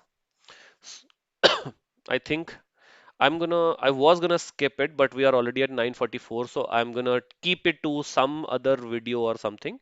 ठीक है? Uh, I wanna take a pause right here and then give time again to everybody to see if they have more questions for me. Okay? It's very different, by the way, from a Google meeting uh, where get to see people's faces and get to actually ask them or hear them directly. Very weird doing a live stream, bro. I think that's why Samir Rana and all of these people do live streams with people. अकेले नहीं करता कोई. Oh God, star method answers give me PTSD when hiring people. Yeah, a lot of the people go very literal on the star methods. तो थोड़ा सा मतलब navigate करना आना चाहिए. On in interviews, love that first questions. I go further asking 3, 6. 9 and 12 months also growth. Perfect, perfect, perfect. Yeah, okay. First question. I have 2.5 years of dev experience and currently 1 years of design experience. Should I portray as 3 years of experience total? No. I'll tell you, Mutrisha, अगर आप design system role में apply कर रहे होते, right? Then your experience as a developer would have been very relevant. ठीक है? Because I know that I can utilize it. If you're actually specifically applying for a product role, it's not going to be really relevant unless you can pull in examples from your dev experience where you also influenced design and product. It's not going to be relevant. So 1 year of total design experience is more relevant. Do you think the reason for change of job affects the negotiation in salary? Nope. Only your performance during the interview actually matters. During the interview, you're being given rating. Okay, if your rating is top tier, people feel that they should absolutely have you in their team. It does not matter why did you leave your job and all. They're like कि भाई ये बंदा ले आओ बस ये अच्छा काम करेगा. ठीक है. Shrishti is saying you have a big company name on my resume, but a transition to a smaller company, I feel like it is working against me because smaller companies aren't calling me. That's actually true. That's actually true. Also because Srishti, you would be at a much higher salary right now, right? So it's like people at a smaller company would just be scared के यार ये क्यों apply कर रही है, right? And even if this person comes to our company, what if we are not able to afford this person?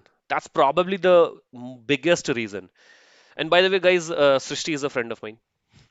So it's like even I know, right? If you were coming to Zepto में maybe we would be able to afford you, but there would be that thing, right? कि, oh, why would this person want to come down from Google to Zepto? Yeah, डर डर तो लगता है देखो. We had one person come back from Adobe and we were very like skeptic initially, but then we got to know that yeah, his team was not that good and that's why he was leaving. So we like, chalo ठीक है.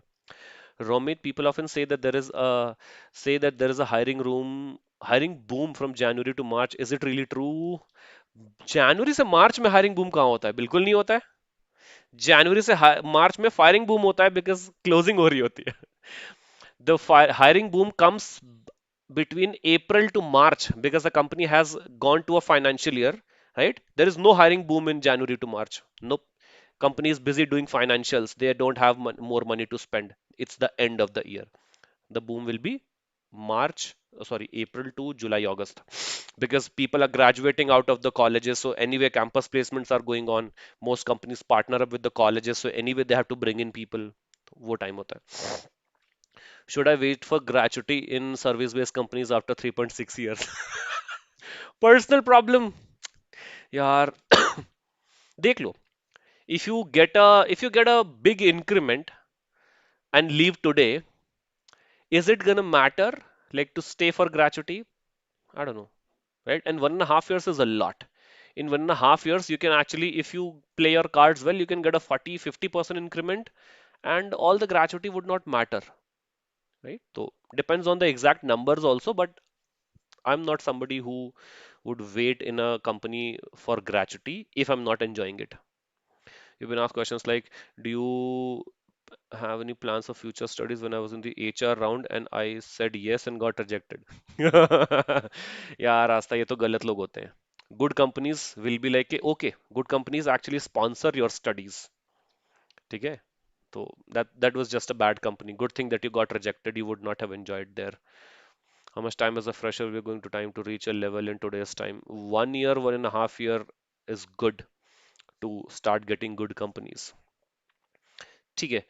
Komal Preet, I had an interview a few months back for a PD1 role. It was directly with the HOD. He went on and on about what the team does, and it went on for more time. Then I got, oh, so I had no questions to ask. Huh, I mean, I understand. You can't do anything if they're just constantly talking. You're designing for more than a decade, and how you look at design and the design, what are the challenges you faced back then? I started designing in 2014 in college, became a good designer. 2 साल I did not. 2014 to 2016, I did not know anything about design. I was just a person who knew Photoshop a little bit and Illustrator. Uh, From 2016, I can count that, yeah, that time I had my first proper internship. From there to today, what has changed is we have more designers and we have more examples of what good design looks like. So even if you're just copying your competitor or copying some industry leader, you can still do good enough design. Okay? Like literally, just by copying people, also you can do good enough design. Not good design, good enough. Okay, so because it's easier now, you have more references. Back then it was very different. In 2016, 14, 15, it was impossible to find good channels that would give you UX design tutorials. I did not even know that there were things like UX design boot camps. I did not know until 2018, 19 that there were courses like this. So yeah, now there is a lot more exposure. Basically, everything is better these days. More tools, faster technology, better laptops, more resources. Just that now we have to solve bigger problems. Previously, if you wanted to become a designer, if you could just make an Android app or recreate a material design screen in Illustrator, you would get an internship. Right now, you need to have product thinking. Back then, nobody knew product thinking, at least not around me. Google to Tech always cuts down on salaries and levels. Oh yeah, yeah. Like yes, big tech, if you're going for Google, Microsoft, all of these companies, right? People have gone to these companies from my employer, Zepto and all. They've always gone one or two level down. Like a design manager with 7 years, 8 years of experience at Zepto, went to Microsoft and went to senior designer. Went to Google and became a senior designer. Went to Microsoft again and became a senior designer. So it's like that is okay, but they match your salary decently, I think. And plus, the thing is that in companies like Zepto, you can become a director in 10, 12 months, 10, 12 years. In in Google, design managers have 10, 12 years, right? Their head of designs have like 25 years. That's why they kind of cut down and then they shrink your current experience so that you have a larger trajectory to grow, which is good, I would say. I don't also like in companies like Zepto, you can become a lead designer in 4 years, 5 years. किसको lead कर रहे हैं आप? Yeah. Anyways, I have my own perspective. Let's quickly move ahead. Let's see. What is this? The design assignment. I think I will have to. I'm gonna skip the design assignment wala part because I feel like we have gone a little too late. Okay. I'm gonna come to this important part, which is salary negotiation, because I believe ये बहुत ज़्यादा लोगों को problem है. ठीक है? Most people are not able to negotiate their salaries confidently. So let's discuss this. Cool. And this will be the last 10 minutes of the session today. Cool. Let me, yeah. Yeah, this OBS thing is really tricky. Yeah. My video keeps on bouncing around here and there, and I have to reposition this thing. Yeah. Pardon me, guys, but I'm learning. I'm a new content creator. Oops. Oh, okay, this is important. 1 second, guys, okay? Hmm. Yeah, I should be keeping it here. Yeah. Okay. Let's begin with salary negotiation. Number one fact of the industry is that most designers are actually leaving money on table because just they don't know how to negotiate. I know that when I came to Airtel, where me and Srishti first met, Srishti actually referred me to Airtel. Uh, we did not have, I did not know how to negotiate. I basically accepted the exact offer they gave me. I was just so happy to join there. Uh, in PhonePe, however, I've negotiated like crazy. Okay, I can tell you with numbers also. In PhonePe, I uh, I was at 24 LPA in Airtel. PhonePe offered me 29 in the first round. I joined at 38. So I negotiated from 29 to 38. Okay? Why? Because I had a competitive offer of 40 LPA from Flipkart. That's why I was able to negotiate. And I had only applied to two companies, by the way, Flipkart and PhonePe. I had two offers. Also because I had relevant work for them, right? So I eventually chose PhonePe, which was, I would say, a good decision. So now Negotiations are really, really important. Let's see how you can say, how you can, how you can do the negotiation. Number one thing, uh, most designers are being forced to value the quality of work rather than money. ठीक है? I would say in the first 3 years, it's absolutely true. You should focus on quality of work. As long as you're getting quality of work, you're not getting money is okay. If you're getting both, very, very okay. ठीक है? But quality of work should be something that you should be focusing on in the early years. But remember this, okay? You are doing good work, the company is making good business. That means you also deserve good money. ठीक है? Don't always be in this mindset that you know what, the quality of work matters more than payment. No, only in the first 3 years. After that, you should be chasing. After 5 years, you should be very, very careful and intentional about getting good money. Number two, most people feel like if I start negotiating and asking for money, it will become a confrontation. Actually, no. Why?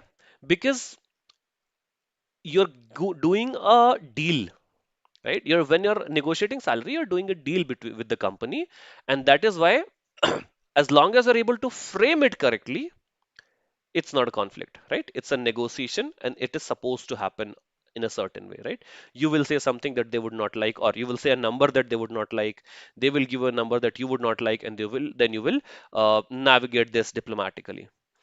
Very important thing that most people don't realize is when companies make you an offer, they are almost always expecting you to do a counter offer. Always. That is why they start low. All companies intentionally start lower than what they are capable of paying you, because they know that you're gonna negotiate. And in case you end up accepting what they offered you first, it's a win-win for them, right? So it's like you don't just have to negotiate, you have to negotiate like your life depends on it. Then, important factor, every single lakh rupee that you get extra in the early days of your career, over a 20-year span, compounds and becomes a large amount, and that is why you need to realize the importance of negotiation. Okay, now, yeah. Sorry, process. Number one, when you get a call from a company and the HR asks you, what is your expected salary? Never tell them your salary first. Make them literally beg for it. Simple. They ask you, what is your salary expectation? You ask them, what is your budget? If they don't say the budget, you don't say the salary. Simple. ठीक है? Force them to give you their budget first, because HRs kind of feel proud to give you lesser salary than what you deserve. ठीक है? Most HRs are very proud. Huh, look, I got a senior designer in 20 lakh rupees. They feel proud. ठीक है? It is one of, I think it is one of their invisible KPIs. So never go first. Force them only when they absolutely are not ready to give you a number. They're like, no, no, we can't go ahead. Then take the number that you were dreaming. For example, you're at 16 LPA and you would have been totally okay joining the company at 24 LPA, right? Then you tell them the range that you're expecting is the minimum 24. ठीक है? 24 was your ideal expected range, but tell them that that number as the minimum range, and then be like, "Yeah, I'm expecting something between 24 to 28 or 24 to 30, so that your success is guaranteed. If they go ahead with this range, you know that you're gonna get 24 at the very least. Okay, and here onwards, if they tell you that, oh, no, no, no, our budget is only 22, it's still okay, because 24 was your dream budget, which means you would have been okay with 22. Okay, then it's okay to go ahead with the process, and then there are other negotiation techniques later on. But important is, don't give them your number first. Ask them for the budget first. Force them. Okay, and then if they also force you, then tell them a range, but start your range from the best number that you wanted and go even higher. Never be afraid to, if I have a 16 lakh rupees salary, never be afraid to ask for 30 lakh rupees. As long as you know that you have good quality work, ask for it. What's the worst that they can do? They'll do a counter offer. They'll be like, no, no, this does not match it. Okay, it's good. Now the thing is that uh, this important thing, right? You can also use this dialogue, right? I would like to understand the scope of the work first before giving you my budget. Okay, you can also use this. And then remember, even when you get the offer, for example, you guys at the early stage of the job application, you guys agreed that, yeah, okay, our budget is only 22 to 24 LPA. Okay, you are definitely gonna get an offer only of 22 LPA, even if their budget is 24 LPA. Cool. The moment you get the offer, that's when the true negotiation starts. Okay? It does not end at offer getting, it begins at offer getting.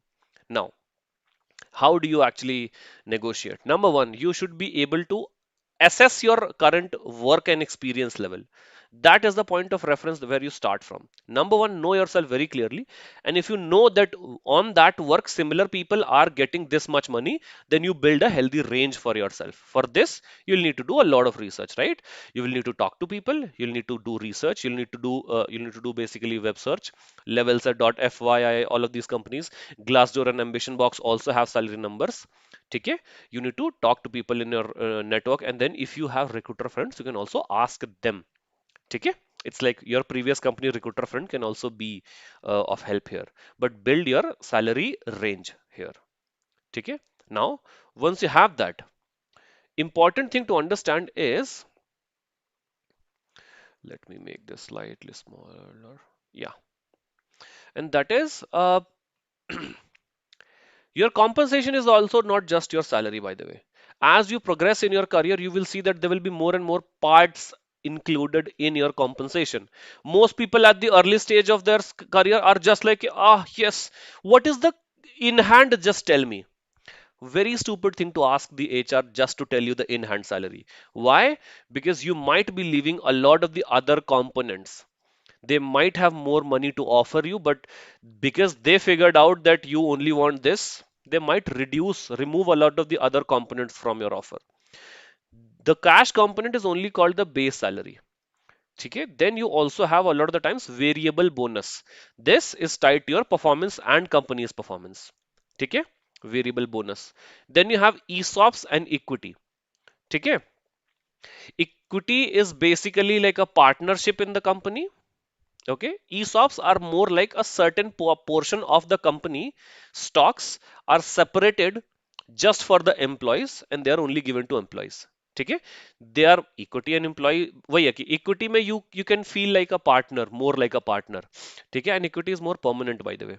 ESOPs have a vesting period. It's like if you get ESOPs, number one, if you get 4 lakh rupees of ESOPs, they would have a vesting period of 3 to 4 years. It's like you're not getting them in one go, right? And plus you can't take them out also on one go. There is a process, all of this, so you have to know, but it's an important component to get it right. I have gotten ESOPs in PhonePe and Zepto both. Okay, benefits, there are a lot of benefits also, right? You should be mindful of this. Then your title, right, the title that you're getting in that company is also an important part that also becomes a part of your compensation. The reason I joined PhonePe at 38 lakh rupees and left Flipkart at 40 lakh rupee package is because Flipkart was giving me senior UX designer title and PhonePe was giving me a lead UX designer title. And I was at 6.5 years of workex, I guess, and I was like कि यार 6.5 पे मेरे को वापस से senior का title नहीं चाहिए unless it is Google and Microsoft. ठीक है, so I was like, I want a better title. So I took a 2 lakh rupees short, cut and opted for PhonePe because I believed it was gonna help me position myself in the market better. Okay? Then growth trajectory. This is also important. You can always ask them about the promotion cycles in the company and every time also the composition revision, right? When do they do appraisals and promotions? So it's like if a company is giving you lesser salary, but they have some salary appraisal in every 6 months, could be a favorable condition. Okay? Then now, what do? You can actually use these things word to word. Once you receive the offer, You can say, thank you. I'm genuinely excited about this role. I would love a day or two to review the full details before responding. Why? Because a lot of the sharp HRs today will be like, sir, you have only 6 hours to accept the offer, otherwise, we will reject it. You have only 24 hours to accept the offer, or we'll reject it. If they tell you, number one, you have to tell them politely no. It's an important decision. I can't take this decision this fast. I am waiting on other companies' offers also. I would be only able to accept this offer. Okay? If they become too pushy, because some companies' HRs will try to be too pushy, I would say it's just okay to, not accept their offer at all and just use that offer as a negotiation. Because how an HR behaves of a company kind of also reflects on the company culture, right? So it's like not good for you eventually. So take the offer, use it to negotiate. But this is how you start. Then counter. How do you counter? You can counter by saying, I have researched the market rates for this role, right? And especially in the city, based on my experience, I believe I should be getting something like this. Right? Is there scope for this number? Okay? Then when they say, okay, no, no, no, we can't do that number. Okay? Then you should be like, okay, I understand. If there is no flexibility on the base salary, can we increase the joining bonus? Can you add in some joining bonus? Okay? Because joining bonus is only applicable for the first year.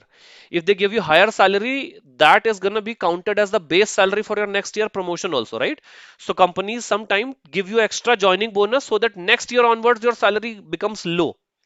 Okay, so that's a tactic, but you can leave after 1 year, right? So it's like you can ask them, okay, can I get a joining bonus? You can ask them, okay, can I get this? Can I get some other benefits like a learning budget? Okay, any kind of allowance you want, you can ask them for it. Or you can negotiate a better title for them. Okay, if you want me to join at this money, can I get a better title? Okay, if the base salary is going to be fixed. Okay, then when they say the final offer, whatever is their final offer, you can tell them, okay, can I have until this date to make the final decision? Remember that you never have to accept or reject the offer right on the call. Not polite. Be diplomatic. Even if you absolutely hate the company, be like, okay, I'll let you know, and then mail them. Okay, so take some time basically always. Cool. Now quickly. I think, yeah, the low ball offer, yes, the exploding deadline, counter from employer, okay. Okay, yeah, okay, quickly. Basically, some designers get, kind of tripped when they face these situations, and that is number one, the low ball offer. You were expecting something a lot. You were expecting 24 LPA. They came back to you with 12 or 14 LPA and be like, no, no, we don't have the budget. You were like, I told you my salary initially. Why didn't you say this before? They were like, no, no, something happened, blah, blah, blah. We only have this much money. Okay? Just be very clear to state them that number and leave it. Don't get tripped. Don't get over, kind of over sad about it. KR, oh, this is bad, blah, blah. No. Just tell them, you know what? I was expecting something about this because I have done the research, right? Similar companies are offering this. Is there a room to revisit this? If there is, I would be happy to explore this further. Done. Leave it on them. Don't conclude it. Then exploding deadline is basically you have only this much time to accept this offer. No. Be like, no, I want to take this decision thoughtfully and I would take this much. Multiple offers. If you have multiple offers, basically the best strategy to negotiate is having multiple offers. Okay? Have multiple offers so that you can tell them this company is giving me that, this company is giving me that number, like that. Okay? Then also before you put in the resign, before you put in the resignation, make sure to tell your current employer that, you know what, I have applied to this company, I have this kind of offer. If you feel like if you increase my salary, I would love to stay here. Always do it. Okay? And then sometimes you can be even more evil, be like, oh, you know what? If your employer increases your salary, then you go back to the HR again and be like, you know what? My current employer has given me a raise. Now, if you want me, you need to give me a raise again. I have done it. Okay? I have done it and it works.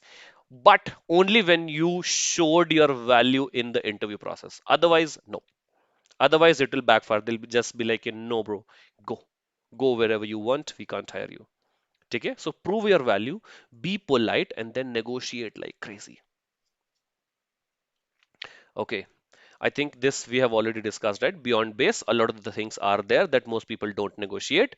You should negotiate some joining bonus. Try to negotiate some learning and development budget. Try to negotiate some flexibility for remote work. Try to negotiate the timeline for performance appraisals. Try to negotiate a title, and then, uh, yeah, this point basically at the junior roles, I would say base salary and the learning and budget is more important. If you're a junior designer, focus more on base salary and your budget for learnings. Companies do pay you money to learn while on the job. If you're a senior designer, you should definitely focus more on the ESOPs, or let's say properly on the ESOPs and equity structure and the bonuses and title. Okay? At the junior stage, no title and all is mandatory. No. Base and learning and development budget, senior roles, equity structure, performance bonus, right? Titles, everything should be focused. Cool. Okay, what else is there? Leverage shifts? No, no, no. The mindset that changes everything. Hmm. Okay. Yeah, okay. Done. We are done now. The last slide, important slide. We'll conclude here. This is the mindset shift that is required. Okay. Most people have that slave mindset, I believe, right? I call it slave mindset. There might be a more polite word. I call it slave mindset because most people believe as if they're gonna work for the company. Never go into interview process with that mindset. I would suggest you should have the mindset that you're going to work with the company. You are an expert in a certain field, right? At your own level, you are an expert in the field. There is a value exchange that's going to happen between you and the company. You should be negotiating as an equal. You're not going to work for them. You're actually going to do a business deal. That's why you're solving their problem. They need to offer you compensation. ठीक है?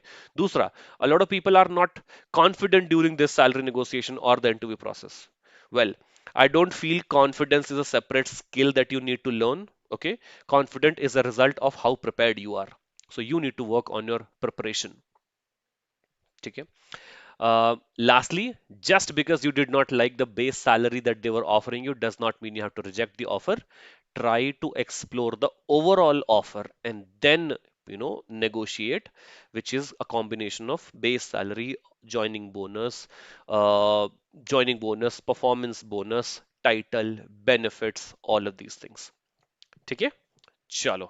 I think this is what we have covered today. The only thing that we skipped today was the design assignment because I think it would be really long. But I would make a good video on all of these 6 modules. Proper, much better, videos also. I want to. So what we covered today, we started by knowing ourselves first, right? The importance of knowing ourselves first. We discussed the importance of choosing the right company. Then we discussed the importance of understanding the interview process. Then we discussed common interview questions and frameworks. And then we discussed some salary negotiation techniques and the process for it. Okay? That's it for me today. Okay? Thank you so much. My jaw has started to hurt. Now I would take questions if any one of you has questions.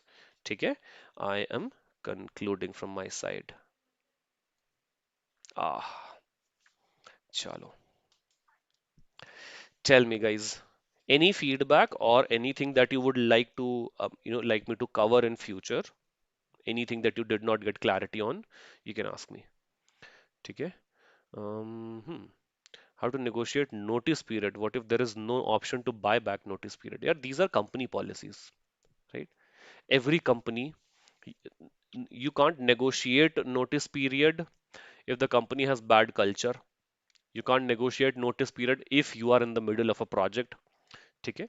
You can negotiate your notice period when there is no dependency on you, when the company has decent bit of flexibility and your future employer is ready to buy back your notice period. If they don't want, if your current company is 100% clear that they don't Want to let you go before the notice period, you can't do anything. ठीक है? Unless you're ready for some legal battles and all, but that's not worth it. HR is asking about the current CTC. If the CTC is low, they're often unwilling to pay the expected hike. I'll tell you very simply, Kanishk. Um, if your CTC is low, you're actually at the beginning stage of the career. I'm assuming, right? Otherwise, if you're at the senior stage of your career and your CTC is still low, that's a bigger problem. If your CTC is low, don't tell your salary to the HR at all. There is no rule that makes it mandatory for the HR to know your current salary. I'm telling you this. No rule. It's a company's self-built, self-proclaimed policy. ठीक है? You're not legally obliged to tell them your salary. Uh, be very strict. Just focus on trying to revolve the discussion around the money that you want. Tell them that I'm not at a good package. But I also don't believe that my current skill set is matching that package. I believe I deserve a lot more, and that is why my asking salary, my expected salary is this. This is my portfolio, right? You can get it reviewed with your hiring managers. If your team believes that my portfolio is worthy of that salary, I would be happy to go ahead, but I would not like to disclose my salary very strictly. I've done that also. मैंने किया है start में जब मैं when I was at 4 LPA and I was applying for companies with 12, 14 LPA. I did it. ठीक है मतलब it's more about how do you navigate it. It happens. Find it very difficult to negotiate it as a fresher as I don't know what should I tell them to negotiate, like how should I approach it. For higher pay in junior role if the pay is low from market standard.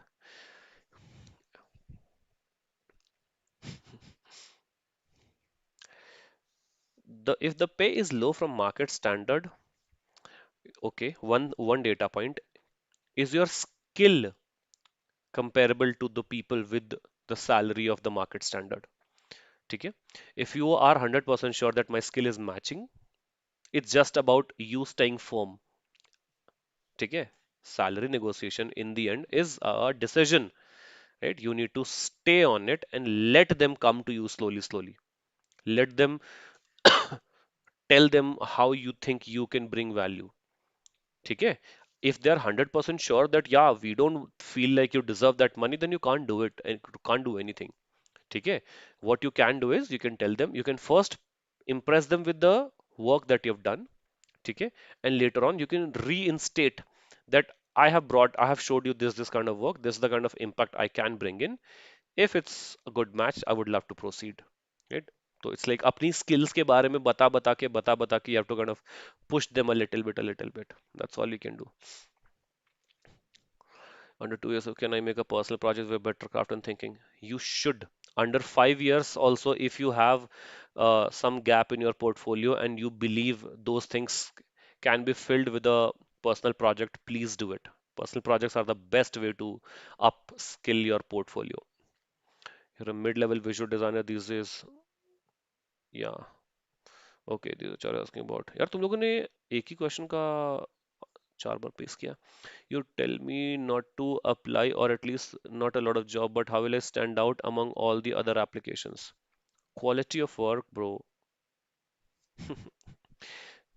It's like, see, if you want to stand out is a different thing, ठीक है? Most people सबको ही stand out करना है, ठीक है?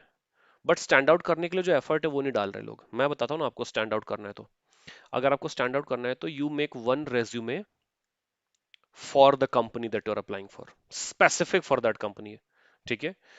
Have one or two projects from your work experience, have 2 3 projects that you have made as concept for that opening.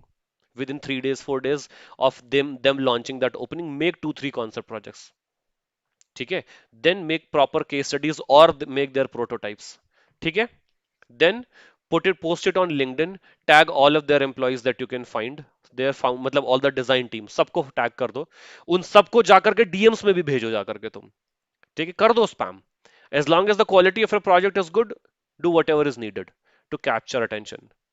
You need to only capture their attention once. If the work is good, then the process will begin.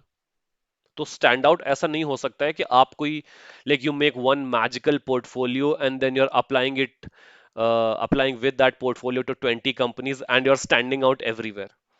Standing out is a resultant of the clear match between what you provide and what the company expects. That's what standing out is. And you cannot have it for 20 companies in one go. It will only happen for one or two companies in one go. Oh my God, so many questions. You often don't receive feedback after interview or assignments. I don't think you should be expecting feedback from smaller companies. Nobody has time here. They barely have resources to do do work. They would not be giving you feedback, and it's we can't do anything about it. ठीक है. Just became junior designer. I just became junior designer after 2 months of training. First job, and I don't have degree, but before I should first do a degree first in the few months. Don't do a degree, Tanushree. The world is changing really fast. By the time you're done with a degree, the whole product design process would have changed. Don't do it. It's better to just keep on learning with the same money that you would be spending on the degree. Take courses, buy stuff for yourself, and learn. Like finance your education personally rather than giving it to a college. Um, do portfolio anatomy next. I Is it for me? मैंने तो कर दिया यार. I've completed 4 rounds, but they kept me on hold. So can you tell me how would I know, bro? ऐसे question मत पूछो तुम लोग यार.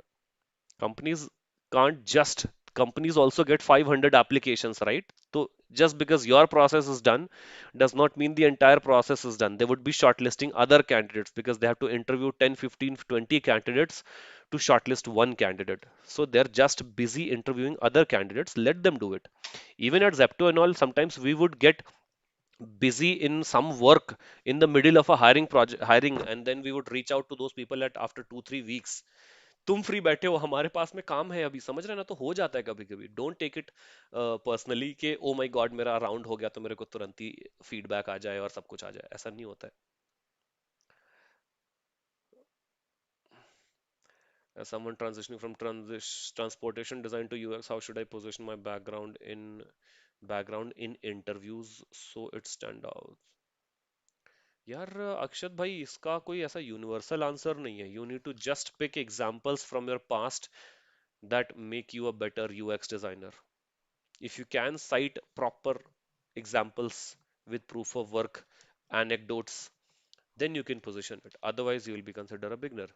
तो ढूंढो ढूंढो क्या ऐसा सीखा था आपने ट्रांसपोर्टेशन डिजाइन में जो कि which will make you a good designer here. I'm getting offers like 10K per month and I only have a 6 months experience. Currently, I'm rejecting these because I want full-time role and at least 20K, even if it's an internship. Is it correct? यार 10K per month is definitely not correct, right? People are getting internships up to 50K easily. 50, 60K is very common in good companies. But again, that's a resultant of the quality of work that you have, and also like, do you have good quality design education, right? People with good quality design education get very good stipends also. But that's because they have already spent more time learning than your entire career. So they would have more context about design. So it's like the number that you want is exactly proportional to the skill that you have and your negotiating power. Okay? So if you are not getting the amount that you want, you need to increase your skill and also increase your negotiating power. Okay, I'll take two more questions and then we'll be done. To join as a freelancer who has to reach out on LinkedIn, like who are involved in budget planning, which roles? Join as a freelancer. I don't support freelancing, at least now, too much. So I have done 4 years, but not a lot, not a good supporter. If you want to become a product designer, become a full-time designer first. Find the right solutions. Many times the right solution is different from what we think is the right solution or what users say about pain points. Akash Bhardwaj, how to find right solutions? Okay. Number one, as a designer, yes, we are first advocates of the process because nobody knows what is the right solution until the users who are suffering from that problem accept the solution that you're giving them. So you can't decide what is the right solution if you don't test it. So if you wanna know what is the right solution, you need to test more. Okay? Test more. That's how you will know what is the right solution. Usability testing करो, A B testing करो, guerrilla testing कर लो, market में जा जा करके random लोगों को पकड़ पकड़ के, but collect as much data as possible, number one. Also, one component before that, one thing that you can do is, if somebody else has solved a similar problem in the market, see their solution. But the problem has to be similar, not the interaction or UI was similar. If somebody has solved a similar problem in the market, you can just recreate that and then still get a good enough solution. And then add on your take on it and make it an amazing solution. And then again, still complement it with usability testing और A/B testing. ठीक है?